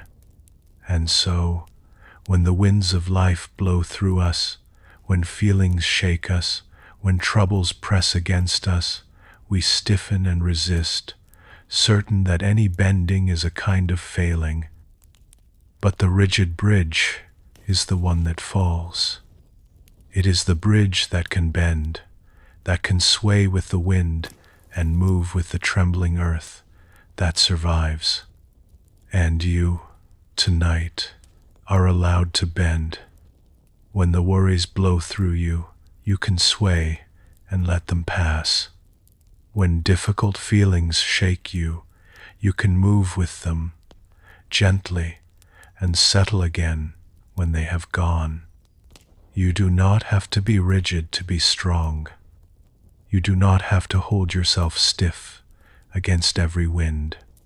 You can be the bridge that bends, swaying softly in the dark, letting every wind pass over you, carried safely through to morning by your very willingness to move. Let us explore a story. There was once a wandering monk who owned almost nothing. He had a simple robe, a pair of worn sandals, and a single wooden begging bowl, which he carried everywhere. Each day he would walk through the villages, and the people would place into his bowl whatever food they wished to give, and that was what he ate. A wealthy man in one of the villages watched the monk for a long time, puzzled by the peace that seemed to surround him. The wealthy man had everything, a great house, fine clothes, every possession he could desire. And yet he was anxious, restless, never quite at ease. The monk had nothing, and seemed perfectly content. At last, the wealthy man approached him. "I do not understand," he said. "I have everything, and I am full of worry. You have nothing but that empty bowl, and you are at peace. What is your secret?" The monk held up his wooden bowl. "Do you see this bowl?" he asked. "It is useful precisely because it is empty. If I filled it with stones, or with sand, or with treasures, it could no longer hold the food that sustains me. It is the emptiness of the bowl that makes it able to receive. Were it full, it would be useless." He paused and looked kindly at the wealthy man. "You have filled your life so full," he said, "that there is no room left in it to receive anything. No room for peace, no room for rest, no room for the quiet that can only enter an empty space. You do not need to add anything more to find peace. You need to empty, to make room, to let the bowl be empty enough to hold what truly matters." The Tao Te Ching speaks of this very thing. It points to the empty center of a clay vessel, and says that though we shape the clay into a pot, it is the emptiness inside that makes it useful.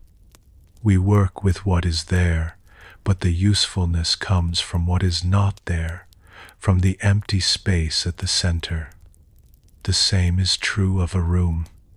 We build the walls, the floor, the ceiling, but it is the empty space within that we actually live in. It is true of a window whose usefulness is the opening, the emptiness that lets in the light. Everywhere, it is the empty space that serves, the room left open, the hollow that can hold. This is a teaching the fixing mind finds very strange, for the fixing mind always wants to add, to fill, to accumulate solutions and improvements and answers, certain that peace lies in having more. But peace, like the food in the begging bowl, can only enter an empty space. A mind crammed full of fixing has no room to receive the very rest it is searching for. Tonight, you do not need to add anything to find your rest. You do not need to fill your mind with more solutions, more plans, more fixes. Quite the opposite. You need to empty, to let the thoughts settle and drain away, to make your mind like the empty bowl, like the hollow center of the clay pot, spacious and open and ready to receive. And into that emptiness, into that quiet open space you make by letting go, rest will come on its own. The way food comes to the empty bowl, the way stillness fills the hollow places we are brave enough to leave unfilled. Let us explore one final story to carry us gently toward the close of our evening. There was once a seeker who traveled across many lands in search of peace. He had heard of a great master who lived high in the mountains, a teacher said, to possess the deepest serenity of anyone alive. And so the seeker climbed for many days, up steep and winding paths, certain that at the top he would finally learn how to fix what felt so broken within him. When at last he reached the master's small hut, he fell to his knees exhausted. "Master," he said, "I have traveled so far to find you. All my life I have felt that something is wrong with me, something broken, something that needs to be repaired. I have tried everything to fix myself. I have studied and striven and labored to become better, to heal what is wrong, to make myself whole, and still the brokenness remains. Please, teach me how to fix what is wrong with me. Teach me how to finally repair myself." The old master listened and looked at the seeker kneeling before him, weary from his long and desperate climb. And then, very gently, he asked a single question. "Who told you," he said, "that you are broken?" The words fell into the silence of the mountain like a stone into a still pool, and seemed to spread outward in widening rings. It was not the answer the seeker had come for. It was not a technique, or a method, or a cure. It was a question, and it went straight to the root of everything he had carried for so long. The seeker opened his mouth to answer, and found that he could not. He searched his memory for the source of this certainty, this lifelong conviction that he was a thing in need of repair, and he could not find it. No one had told him. He had simply always assumed it, the way one assumes the ground is solid, never once thinking to question it. "I do not know," the seeker finally said. "I have always simply believed it, that I am broken, that I must be fixed." The master nodded slowly. "You have spent your whole life," he said, "trying to repair something that was never broken. You have climbed mountains to fix a thing that was always whole. The brokenness you feel is not a flaw in you. It is only the belief that you are flawed. Set down that single belief, and you will see that there was never anything to fix. There is nothing wrong with you. There never was. You are not a problem to be solved. You are a person to be lived, and the peace you have searched the whole world for is simply what remains when you stop believing you must earn it by becoming whole. You are already whole. You always were. The seeker knelt in silence, and something he had carried his entire life, some great and invisible weight, began to lift. He had come up the mountain looking for the secret to fixing himself, and the Master had given him something far greater, the knowledge that there was nothing to fix, that the long and desperate labor of his life had been in service of repairing something that had been whole from the very beginning. He stayed with the Master for a time, and slowly the lessons settled into his bones. And when at last he came down from the mountain, he was not a fixed man, or a repaired man, or a man who had finally solved himself. He was simply a man who had stopped believing he was broken. And that, he discovered, was the same thing as peace. He had spent years climbing toward a cure, and found instead that there had never been a sickness. He had carried the weight of his own imagined brokenness up every mountain path and set it down at last, not by fixing it, but by seeing that it had never been real. And walking down the mountain, lighter than he had ever been, he understood that this was all peace had ever been. Not the end of fixing, but the end of believing there was anything to fix.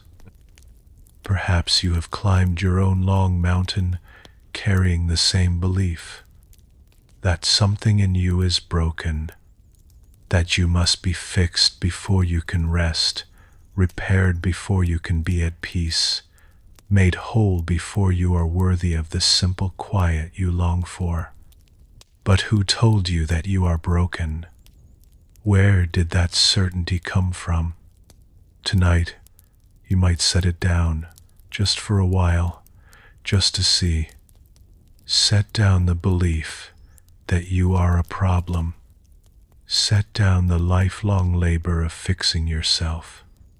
Set down the heavy conviction that you must become something other than what you are before you can be at peace. Set it all down here in the dark and feel how much lighter you are without it. And rest instead in the possibility the old Master offered. Let it be true just for tonight, just to feel what it is like. That there is nothing wrong with you, that there never was, that the long climb to fix yourself was a climb towards something that needed no fixing at all, that you are already whole, already enough, already exactly what you are meant to be, lying here in the quiet dark, with nothing left to fix and nothing left to do but rest. Let those words settle into you like a stone settling to the bottom of a still pond. There is nothing wrong with you. There never was. And the peace you have searched for your whole life has been here, in you, the whole time, waiting only for you to stop searching and rest. Let us explore a story.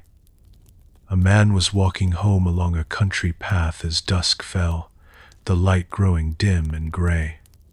As he came around a bend, he saw, lying across the path just ahead of him, a snake. His heart leapt into his throat. He froze, rigid with fear, his whole body flooding with terror. The snake lay coiled there in the fading light, directly in his way, blocking his path home. He stood there for a long time, paralyzed, afraid to move, afraid to step closer, afraid to turn his back on the deadly thing before him. His mind raced. How would he get home? What if it struck? What if there were others? His heart pounded, his hands trembled, and the fear consumed him completely, there in the gathering dark. After a long while, another traveler came along the path, carrying a lantern. Seeing the first man frozen in terror, he raised his light and asked what was wrong. "A snake," the frightened man whispered, pointing. "There, across the path. A snake." The traveler lifted his lantern higher and let its warm light fall upon the thing in the path. And then he laughed, gently, and shook his head. "Friend," he said, "that is no snake. Look, it is only a piece of old rope dropped by some farmer, lying coiled in the dust." The frightened man stepped closer and looked and saw that it was true. It was a rope, only a coil of worn and harmless rope, lying exactly where the snake had seemed to be. And in an instant, all his terror drained away. His heart slowed, his hands steadied, his breath came easy again. The fear that had gripped him so completely, that had frozen him in place and pounded in his chest, simply vanished, because the thing that had caused it had never been real at all. He had suffered the full terror of a deadly snake. The racing heart, the trembling hands, the paralyzing dread, all of it had been entirely real, every bit of the fear. And yet there had never been a snake. There had only ever been a rope, and a mind that, in the dim light, had mistaken one for the other, and then suffered as though the danger were true. This old story has been told for many centuries, because it points to something we do constantly, especially in the dark. So much of what we fear, so much of what we lie awake trying to solve and fix and protect ourselves against, is a rope we have mistaken for a snake. The worry that grips us at 3 a.m, enormous and certain and terrifying, so often turns out, in the light of day, to be a coil of harmless rope. The catastrophe we are sure is coming, the disaster we are bracing against, the problem that feels so deadly in the dark. How often, when the light returns, it is simply not the snake we thought it was. And here's the gentle heart of it. You cannot fix a snake that was never there. There is nothing to be done about a danger that does not exist. The man did not need to fight the snake, or escape it, or solve the problem of it. He needed only light, only to see clearly, and the problem dissolved on its own, because it had never truly been a problem at all. Tonight, much of what troubles you may be rope mistaken for snake. The fears loom large in the dim light of the restless night, and the mind, half in shadow, takes them for deadly things. But you do not have to fight them. You do not have to fix them, or solve them, or defeat them in the dark. You have only to bring a little light, a little gentle clarity, and to remember how often the terrors of the night are simply rope, lying harmless in the dust, waiting for the morning to show them for what they always were. Let the snakes be rope tonight. Let the fears be what they truly are, and rest, knowing how much of what we dread was never there at all. Let us explore a story A child once found a small wild bird that had fallen from its nest, and she wanted more than anything to keep it. She held it in her hands, this tiny, trembling creature, and she loved it instantly, and she was terrified of losing it. So she closed her hands around it tightly to keep it safe, to keep it from flying away. But the tighter she held the bird, the more it struggled. It beat its wings against her fingers, frantic, frightened, and she realized with horror that by gripping it so tightly to keep it safe, she was crushing the very thing she loved. Her grandmother, seeing this, knelt beside her gently. "If you hold the bird too tightly," the grandmother said, "you will harm it, perhaps kill it.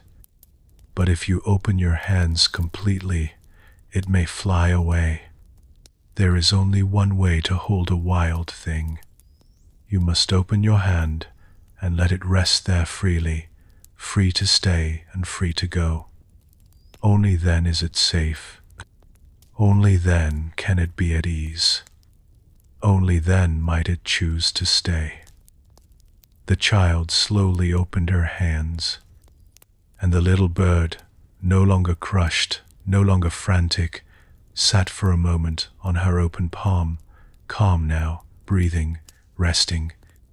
And then, when it was ready, it lifted into the air and flew back toward the trees, whole and alive, because she had finally held it the only way a living thing can truly be held, with an open hand. So much of what we love and so much of what we long for is like that small wild bird. Rest is like the bird. Peace is like the bird. Sleep itself is like the bird. The tighter we grip, the more frantic it becomes, the more it struggles against us, the more surely we crush the very thing we are trying to hold. We grasp at sleep, and it beats its wings and flees. We clutch at peace, and it cannot rest in so tight a grip. Tonight, open your hand. Stop gripping at the rest you long for. Stop clutching at sleep, trying to force it to stay, trying to fix it into being. Open your hand and let the rest sit there freely, free to come in its own time, unforced, uncrushed. For only the open hand can hold what is wild and gentle and free. Only the open hand can let peace settle and breathe and stay. Feel your own hands now, resting in the dark. Let them be open. Let them be soft. Let them hold nothing, grip nothing, grasp at nothing.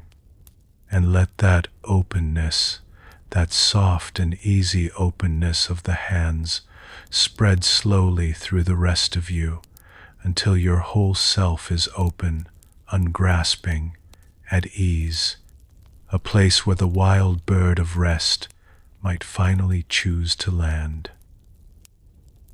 Let us explore a story.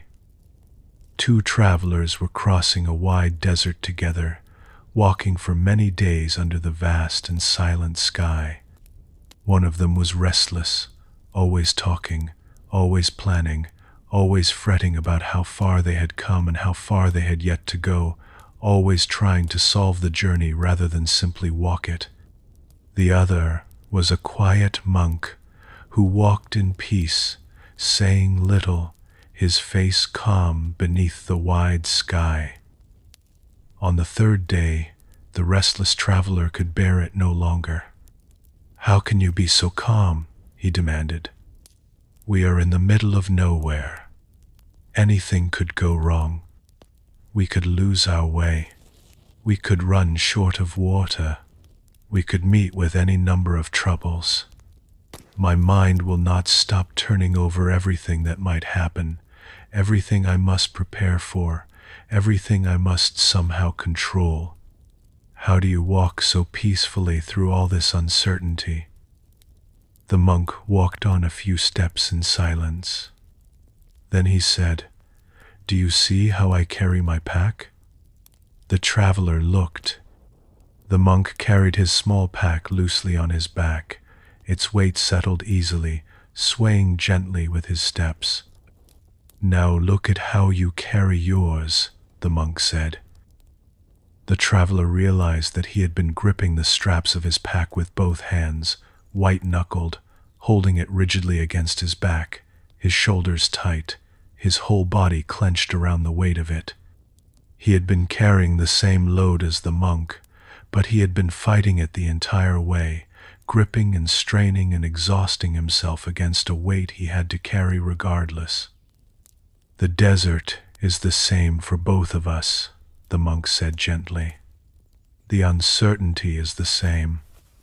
The distance is the same. The weight we carry is the same. But I let mine rest easily, and you grip yours as though gripping it harder might somehow make it lighter. It does not. It only tires you.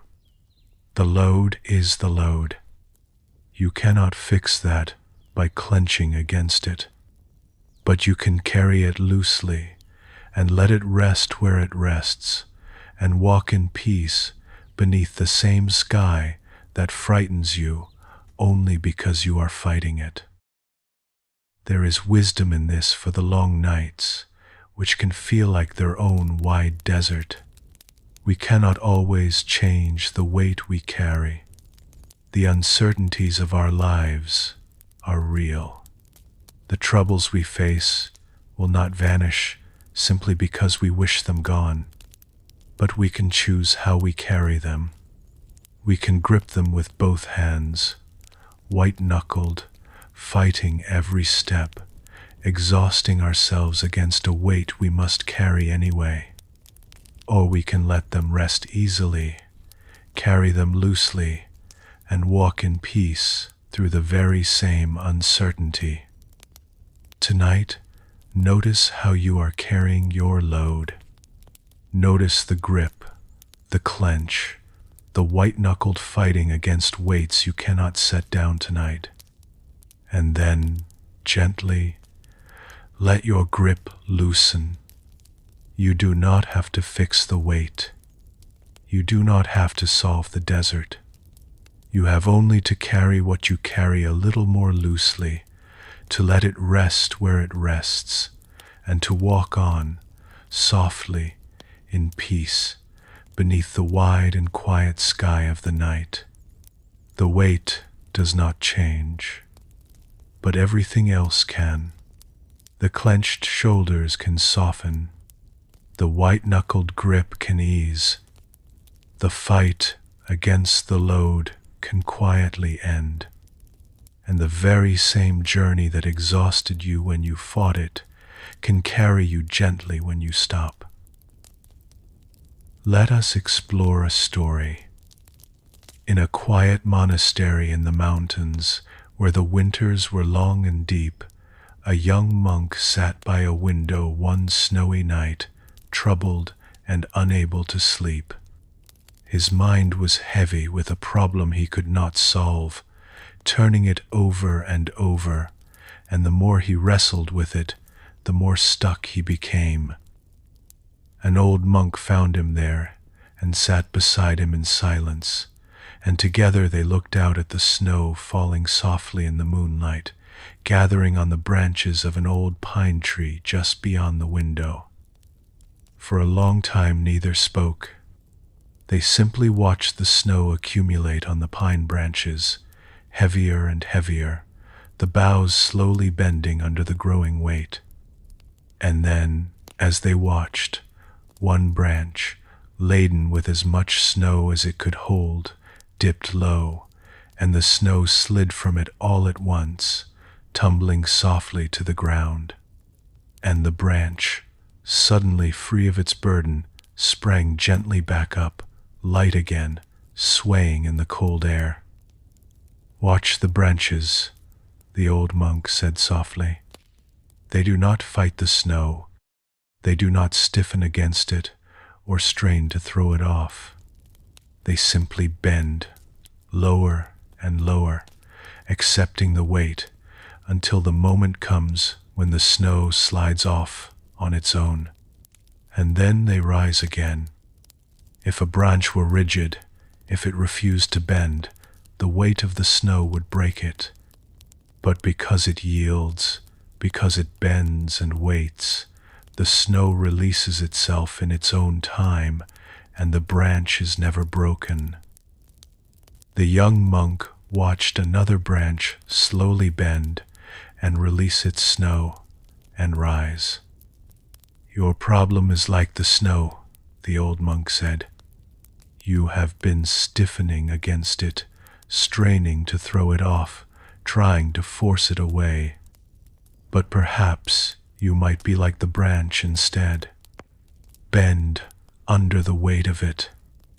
Accept that it is heavy just now, and trust that, in its own time, when it has gathered as much as it will gather, it will slide away on its own, and you will rise again, light, unbroken.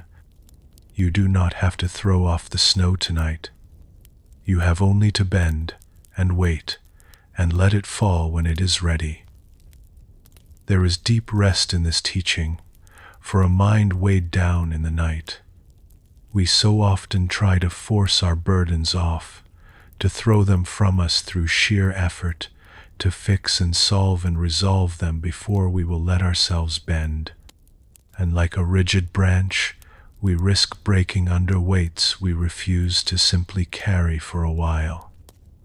But you can be like the snow-laden branch tonight. Whatever weighs on you, you do not have to throw it off by force. You can bend beneath it, gently, accepting that it is heavy just now, in this season, on this night. And you can trust that it will slide away in its own time, as all weights do, as all snow does, leaving you to rise again, light and free and unbroken. Bend, wait, and let it fall on its own. Let us explore a story. There was once a man who lived in great fear of not having enough. He hoarded everything, gave nothing away, and held tight to all he had, certain that to share was to lose, that to give was to be left with less. And yet, for all his holding, he was never at peace, always anxious, always afraid that what he had would slip away. He came to an old teacher with his trouble. The teacher listened and then lit a single candle in the darkening room. Its small flame glowed, pushing back the shadows. Then the teacher took an unlit candle and held its wick to the flame of the first, until it too caught fire and began to burn. "Tell me," the teacher said, "the first candle has just given its flame to the second. Has the first candle lost anything? Is its flame any smaller, any dimmer, for having shared its fire?" The man looked. The first candle burned exactly as brightly as before. "No," he said, "it has lost nothing. It burns just as bright. And now there are two flames where there was one." "Yes," said the teacher. "Some things are not diminished by being given. A flame shared is not a flame halved, but a flame doubled. Light given away does not leave the giver darker. And peace is like this, and love is like this, and kindness is like this. The more you give, the more there is, for these are not things that run out, but things that grow in the sharing." The man sat watching the two flames burn, side by side, each one bright and whole. The darkness pushed back twice as far as before, and something in his anxious, clutching heart began to ease. He had spent his whole life believing that to give was to lose. And here, in two small flames, was the gentle proof that some things only grow by being shared. Now, you may wonder what this has to do with rest, with the long night, with the fixing mind. And it is this. So much of our nighttime anxiety comes from a sense of scarcity, a fear that there is not enough time, not enough rest, not enough of ourselves to meet all that is asked of us. We lie awake, clutching, hoarding our worry as though it were protecting us, certain that if we let go even for a moment, we will be left with less. But rest is like the flame. It is not diminished by being given freely to yourself. Peace does not run out. The stillness you allow yourself tonight does not deplete some limited store. It grows. The more you let yourself rest, the more rest there is. The more gently you treat yourself, the more gentleness fills you. You do not have to hoard or clutch or fear that there is not enough. You can give yourself the flame of rest freely tonight and find that you are not left darker, but brighter, warmed by a light that only grows the more freely it is shared. Let us explore a story. A young man was learning to handle a small boat on a wide river, and he was struggling greatly. He fought the current at every turn, rowing hard against it, straining to force the boat exactly where he wanted it to go, exhausting himself and making little progress. By the end of each day his arms ached, and his temper was short, and the river seemed to him an enemy to be conquered.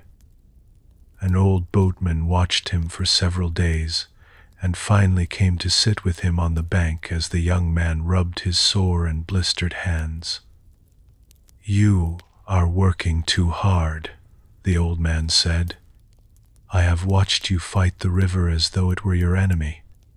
But the river is not your enemy. It is the very thing that will carry you if you let it." "But I must go where I am going," the young man said. "And the current does not always flow that way.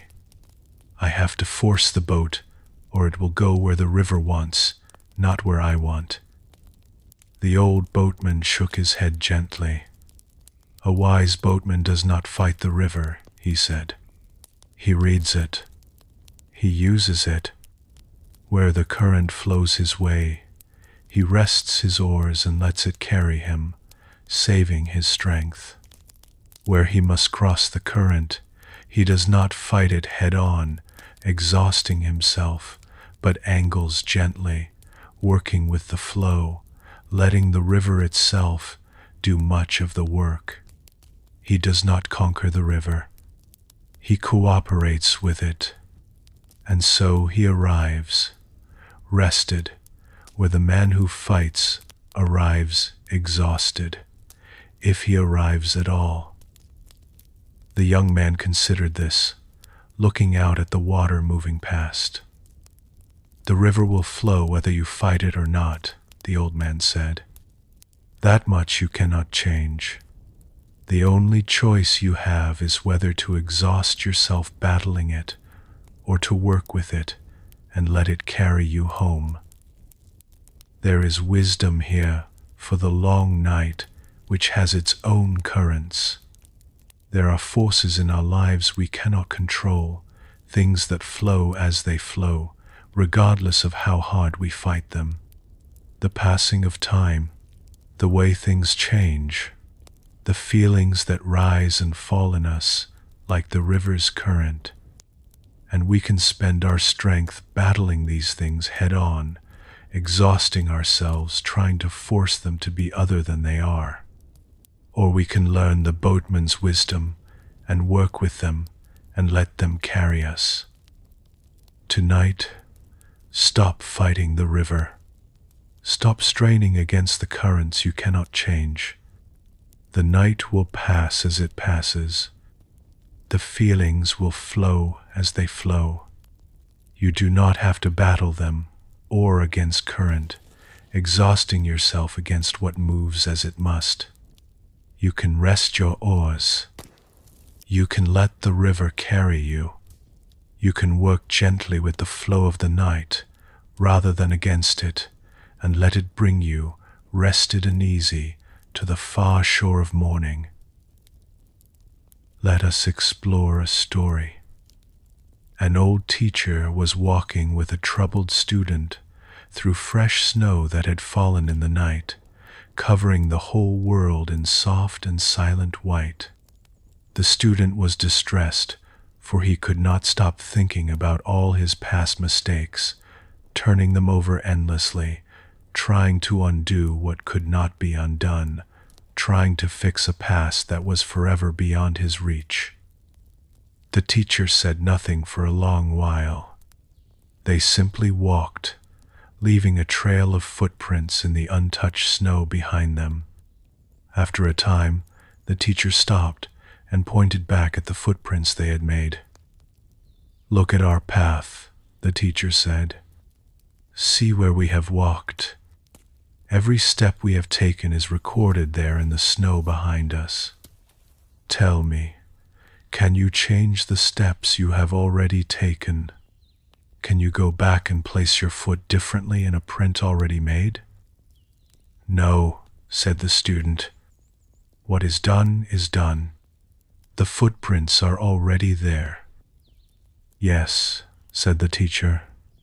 "And yet, look ahead." He gestured to the unbroken snow stretching out before them, smooth and white and untouched. The path ahead is still open, fresh, unmarked. You cannot change a single step behind you, but every step ahead is still yours to make. Why do you walk forward, staring backward at prints you cannot change, stumbling over the open snow ahead because your eyes are fixed on the path behind? The student looked back at the footprints, and then forward at the open snow, and slowly he understood. The past is like these prints, the teacher said gently. Real, permanent, entirely beyond changing. No amount of staring at them, no amount of wishing them different, will alter a single step. To spend your life trying to fix the prints behind you is to walk forward blind, missing the fresh and open snow that is the only place you can actually take a step. Let the prints be. They are finished. Turn your gentle attention to the open path ahead, which is the only path you can ever truly walk. How much of our nighttime suffering is exactly this? Walking forward while staring backward, trying to fix footprints already pressed into the snow of the past. We replay our mistakes, certain that if we just think about them enough, we can somehow change them. But the past is finished. It is pressed permanently into the snow behind us, and no amount of nighttime turning will alter a single step. Tonight, let the footprints be. The steps you have taken are taken. The past is written, finished, beyond your changing, and it asks nothing of you now but to be released. You do not have to fix the prints behind you. You cannot, and the trying only keeps you from rest. Let them lie there in the snow, finished and quiet, and turn gently toward rest, which like the open snow ahead is fresh and waiting, and the only place you can actually be. Let us explore a story. A young monk was troubled by a question that would not leave him. He had been trying for a long time to grasp the nature of peace, to capture it, to hold it firmly so that it could never slip away. But the harder he tried to seize it, the more it eluded him, and his frustration grew. One clear night, his teacher led him to the edge of a still mountain lake. The full moon hung in the sky above, and its reflection lay perfectly on the surface of the water, bright and round and complete. "There is the moon," the teacher said, pointing to the reflection in the lake. "Reach into the water and take it. Hold it in your hands." The young monk knelt and reached into the cold water, trying to scoop up the bright moon. But the moment his hands touched the surface, the reflection shattered into 1,000 broken pieces of light, scattering across the disturbed water. He pulled his hands back, empty, and waited. And slowly, as the water grew still again, the moon reassembled itself, whole and bright and perfect, lying once more upon the calm surface. "You cannot grasp the moon's reflection," the teacher said. "The moment you reach for it, you destroy the very stillness that allows it to appear. The reflection comes only to still water. Grasp at it, and it shatters. Disturb the water, and it scatters. It cannot be seized or held or fixed in place. It can only be allowed by letting the water be still." The teacher knelt beside the young monk at the water's edge. "The moon does not need you to catch it," he said. "It is already there, perfectly reflected, the moment the water grows calm. Your only task is the stillness. The reflection takes care of itself." The young monk looked at the perfect moon resting on the calm water and understood that he had been trying to grasp peace the very same way, reaching for it, grabbing at it, and shattering it in the grabbing. "Peace is like the moon on the water," the teacher said gently. "It is not something you can seize. It is not something you can fix in place by force. It appears on its own, perfect and whole, but only when the water of the mind grows still. Stop reaching for it. Stop grasping.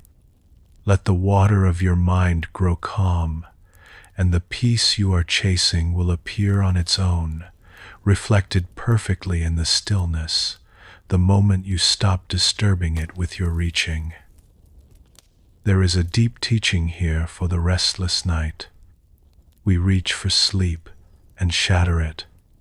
We grasp at peace and scatter it. We disturb the very stillness that would let them appear by our constant grabbing, our constant fixing, our constant reaching for what can only come to calm water. Tonight, stop reaching for the moon. Stop grasping at the rest you long for the grasping only shatters it. Instead, let the water of your mind grow still. Let the ripples of thought settle. Let the surface grow calm and quiet and smooth.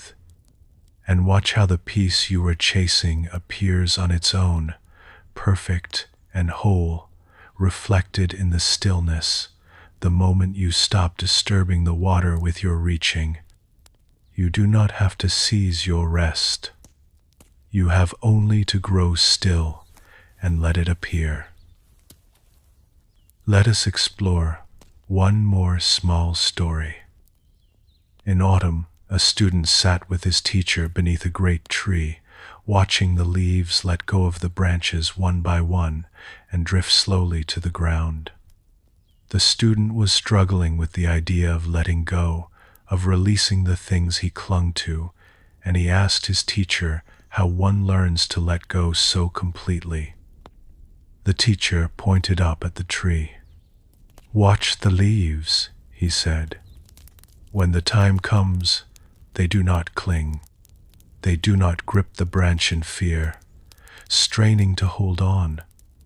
They simply release when it is time and let themselves fall, trusting the air to carry them down. There is no struggle in it, no fight, only a quiet letting go, and a gentle falling and a soft landing on the earth below.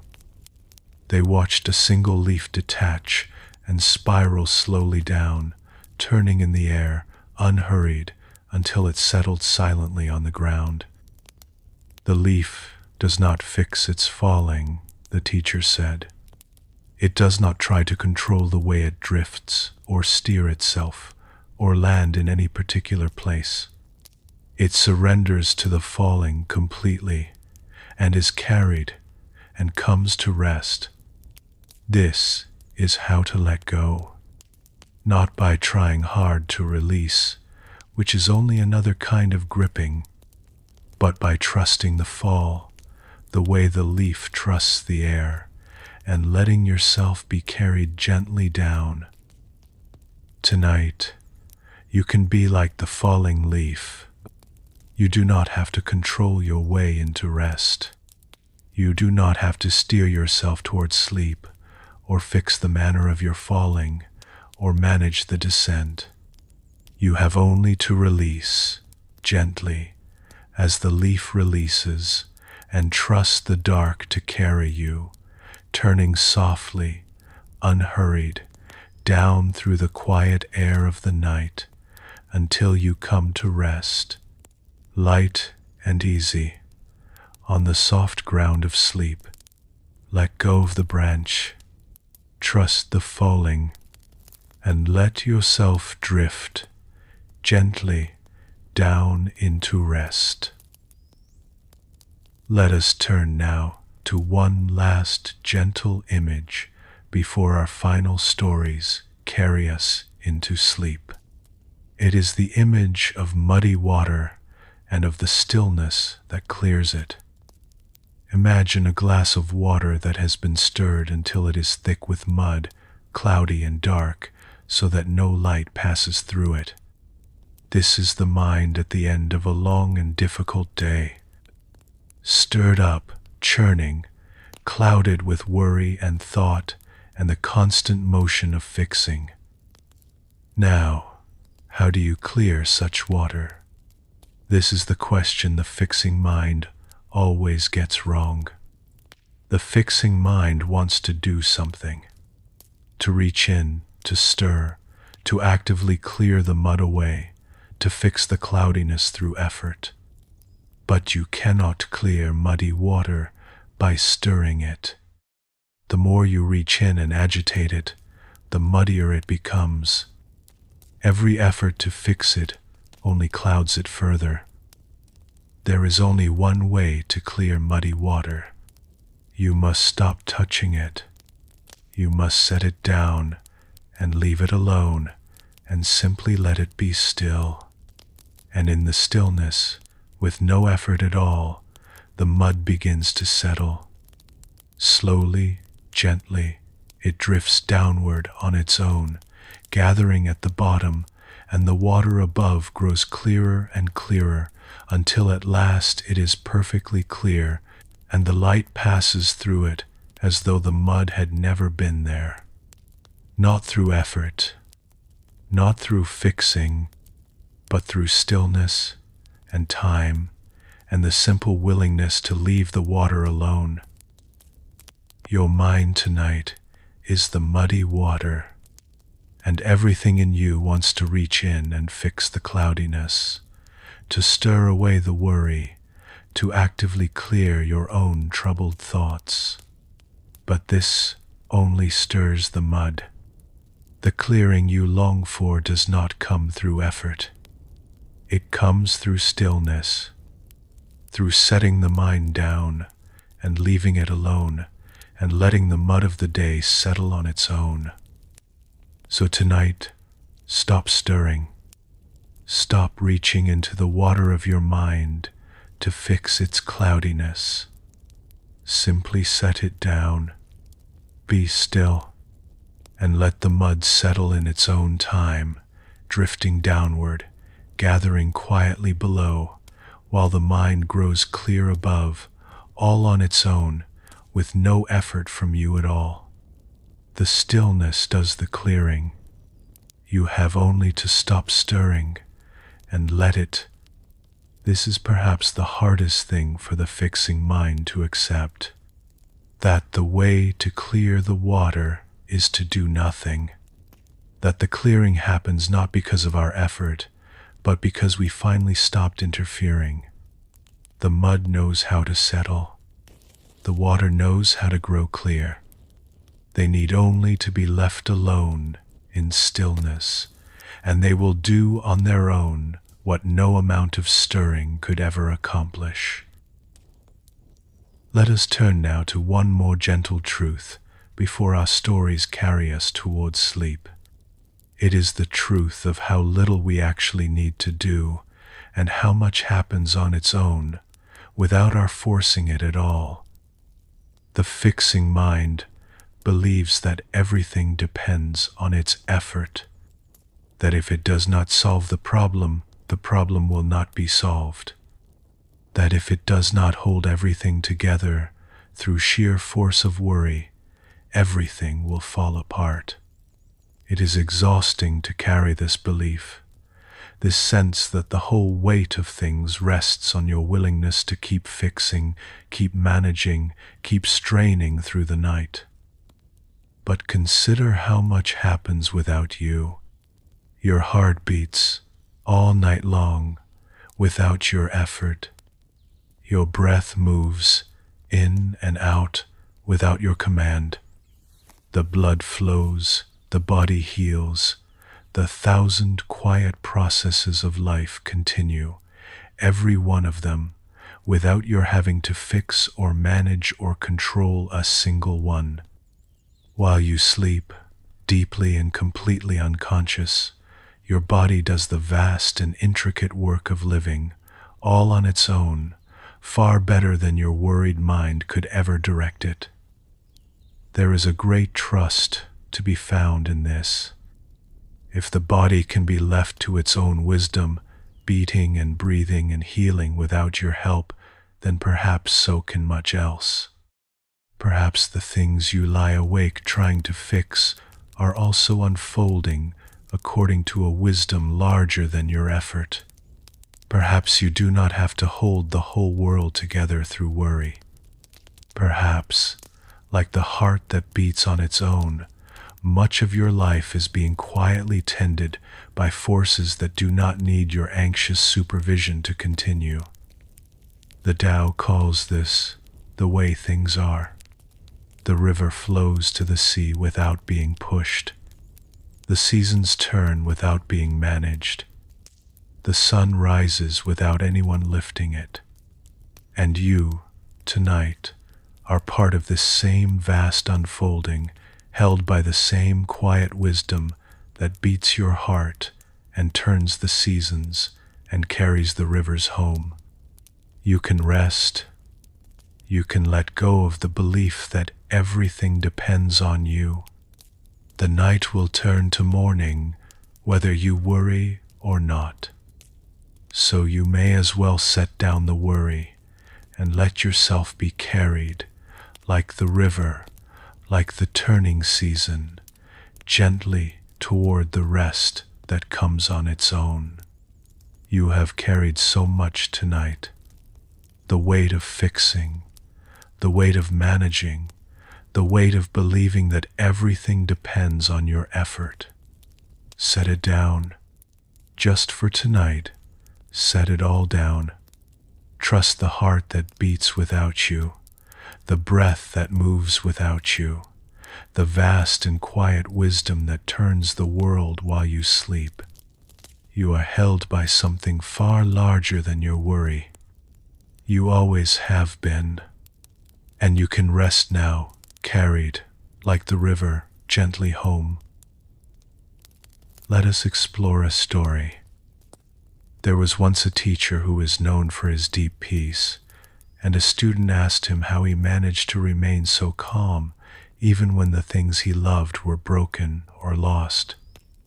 The student could not understand it. When the student's own possessions broke, he grieved for days. When his plans fell apart, he was thrown into despair. How did the teacher stay so untroubled? The teacher held up a beautiful glass cup, one he used each day to drink his tea. The morning light shone through it, and it was clearly something he valued. "Do you see this cup?" the teacher asked. "I love this cup. It holds my tea. It catches the light in the morning. When I tap it, it rings with a clear sound. It is precious to me." He paused, turning the cup gently in his hand. "And yet, for me, this cup is already broken." The student did not understand. "But it is whole," he said. "It is right there in your hand, unbroken." "Yes," said the teacher, "and yet I know that one day it will break. Perhaps it will slip from my hand. Perhaps a shelf will fall. Perhaps it will outlive me and break in the hands of someone not yet born. But its breaking is certain. All made things break in time. And because I know this, because I hold the cup already understanding that it will one day shatter, I am free. Every morning that it does not break is a gift. Every cup of tea it holds is a small miracle. I enjoy it completely, precisely because I am not clinging to the impossible hope that it will last forever. When it finally breaks, I will not be shocked or shattered myself. I will simply think, "Ah, yes. The cup that was always going to break has broken, and it was beautiful while it lasted." That is not a thought of grief. It is a thought of gratitude. The student sat quietly, beginning to understand.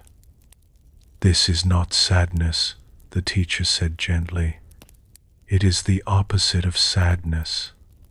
When you know that all things break, you stop wasting your life trying to fix them into permanence.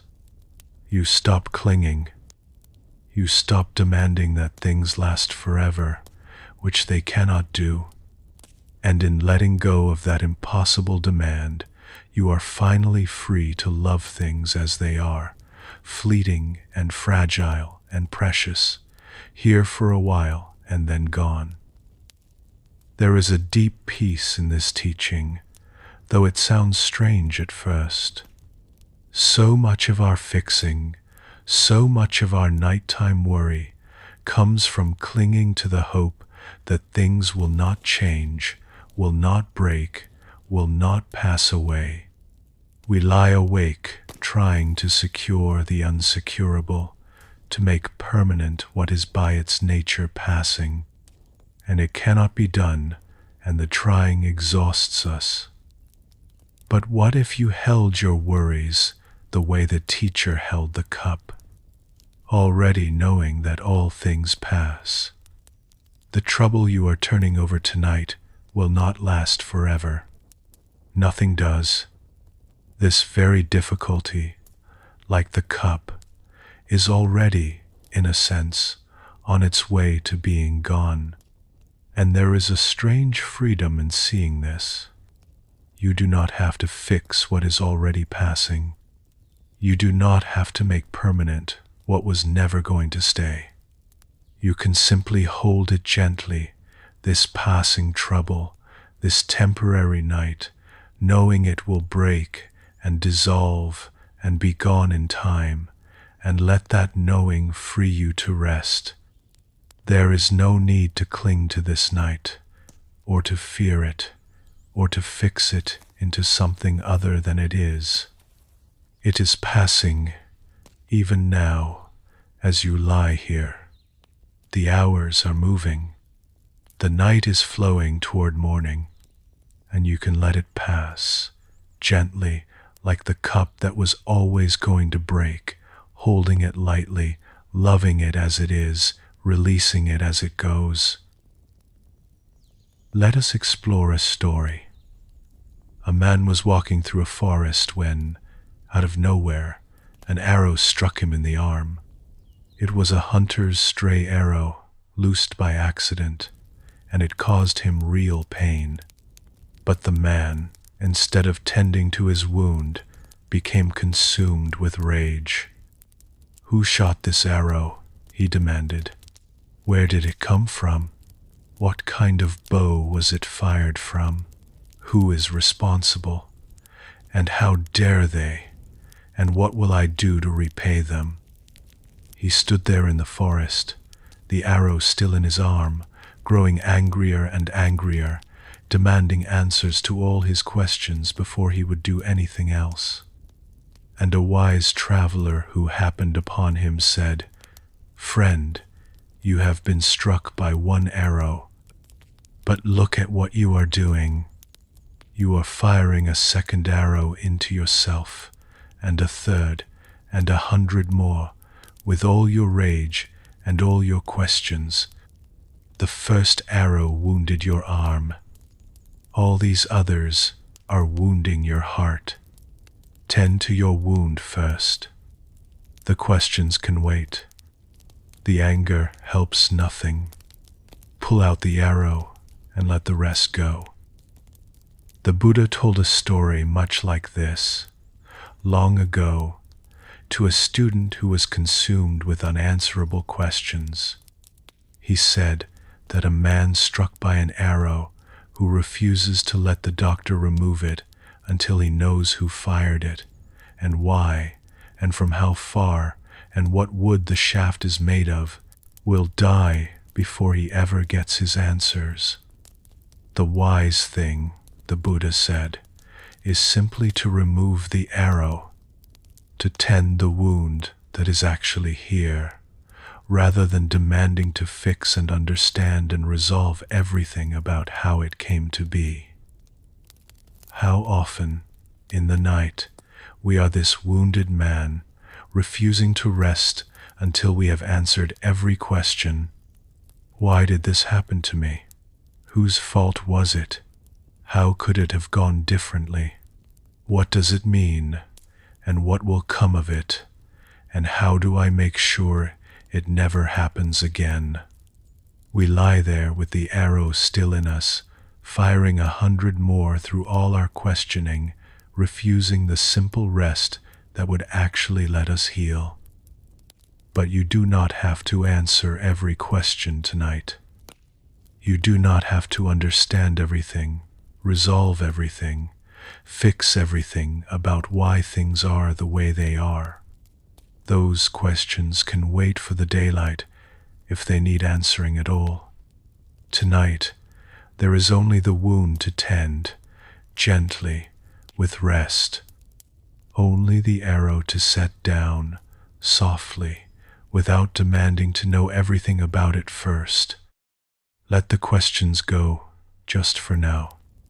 Let the need to understand it all dissolve into the dark, and tend, instead, to the simple healing that comes only when you finally stop firing the second arrow and let yourself rest. The body knows how to heal a wound if you let it. The heart knows how to heal a sorrow if you let it. And both healings happen the same way, not through frantic questioning, not through desperate fixing, but through rest and time, and the gentle willingness to stop making the wound worse with our struggling. And so we come, slowly and gently, toward the close of our evening together. The hour has grown late. The stories have been told, and there is nothing left to do now but rest.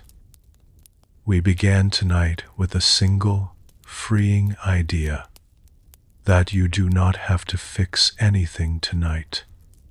Not the day, not the future, not the past, not yourself.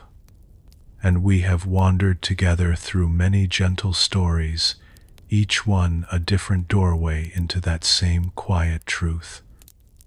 We saw the broken bowl, mended with gold, and learned that our cracks do not need to be hidden, that we are whole in a way that includes our wounds, that the crack is welcome in the wholeness. We met the man who searched the whole countryside for the ox he was already riding, and remembered that the peace we seek is carrying us even as we search for it. We tasted the salt in the glass and the salt in the lake, and learned that we do not have to remove our pain, only to widen the space that holds it. We watched the sculptor free the figure from the stone, and saw that peace is not something we build, but something we uncover, already whole beneath the noise. We knelt with the impatient farmer in his ruined field, and learned not to pull at the tender shoots of our own healing, but to trust the slow and quiet work of growing. We sat by the fire with the grandfather and his 2 wolves, and understood that we do not have to fight the darkness in us, only to stop feeding it, and feed the peace instead. We stood before the clear bronze mirror, and saw that the mind reflects all things and holds none, and needs no fixing at all. We watched the willow bend before the storm that broke the rigid oak, and crossed the swaying bridge that endures where stone would crack, and learned that the strength to bend outlasts the strength to resist. We held the empty begging bowl, and saw that peace can only enter the space we are willing to leave unfilled. We watched the rope mistaken for a snake, and saw how much of what we fear was never there at all. We opened our hand to the trembling bird, and saw that what is wild and gentle can only be held by letting go. We crossed the desert beside the quiet monk, and learned to carry our weight loosely, rather than clench against it. We watched the snow slide from the bending branch, and learned to yield beneath our burdens until they fall on their own. We saw the candle share its flame and lose nothing, and remembered that rest, given freely to ourselves, only grows. We watched the muddy water clear through stillness alone, and saw that the mind clears not by stirring but by being left in peace. We sat with the boatman who works with the river instead of fighting it, and learned to let the current carry us home. We looked back at the footprints in the snow, and learned to let the finished past lie, and turn toward the open path ahead. We reached for the moon on the water, and watched it shatter, and learned that peace comes only to the still and unreaching mind.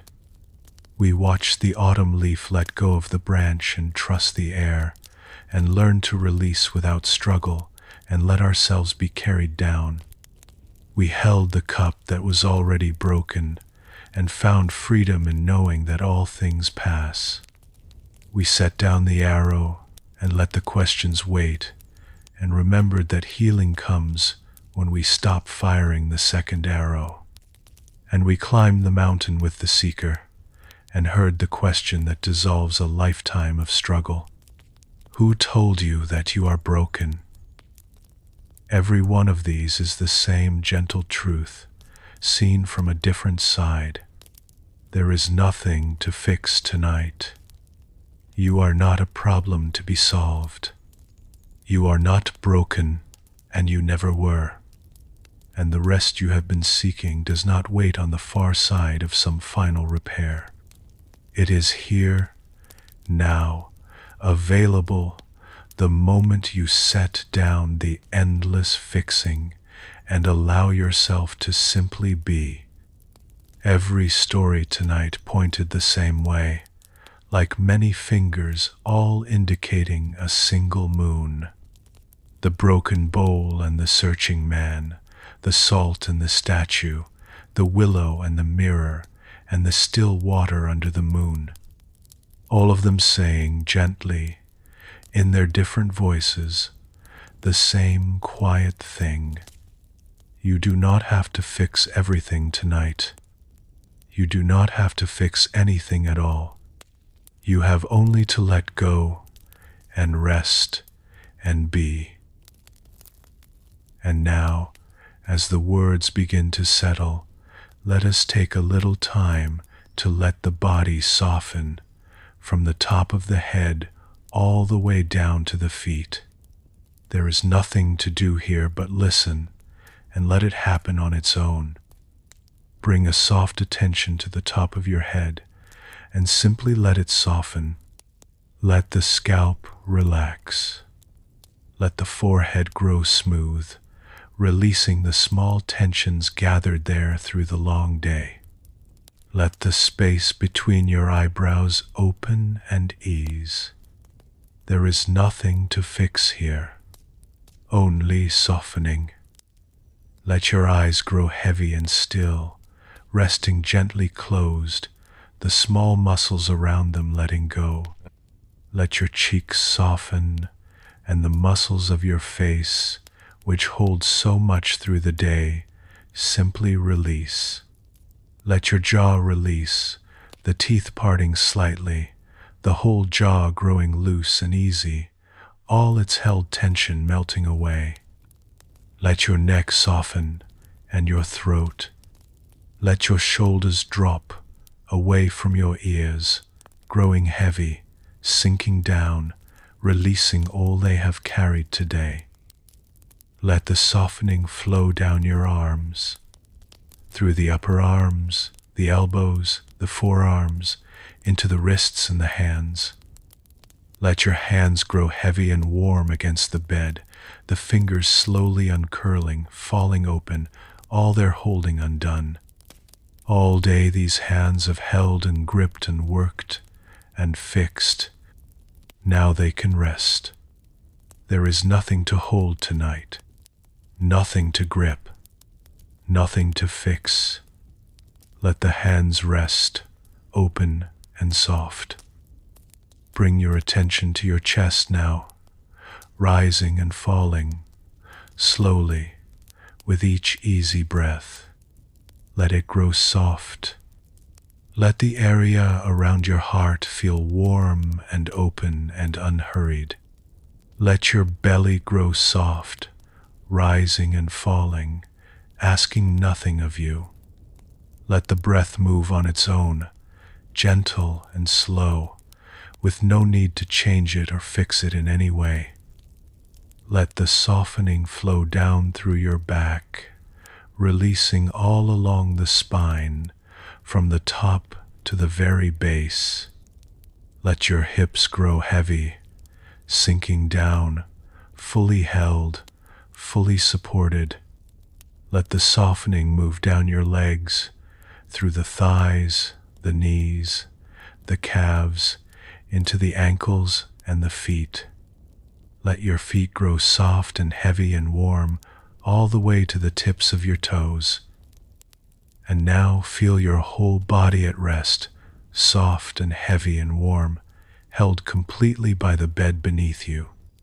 There is nothing more to hold, nothing more to fix, nothing more to do. Only the breath, moving gently on its own. Only the body, sinking softly into rest.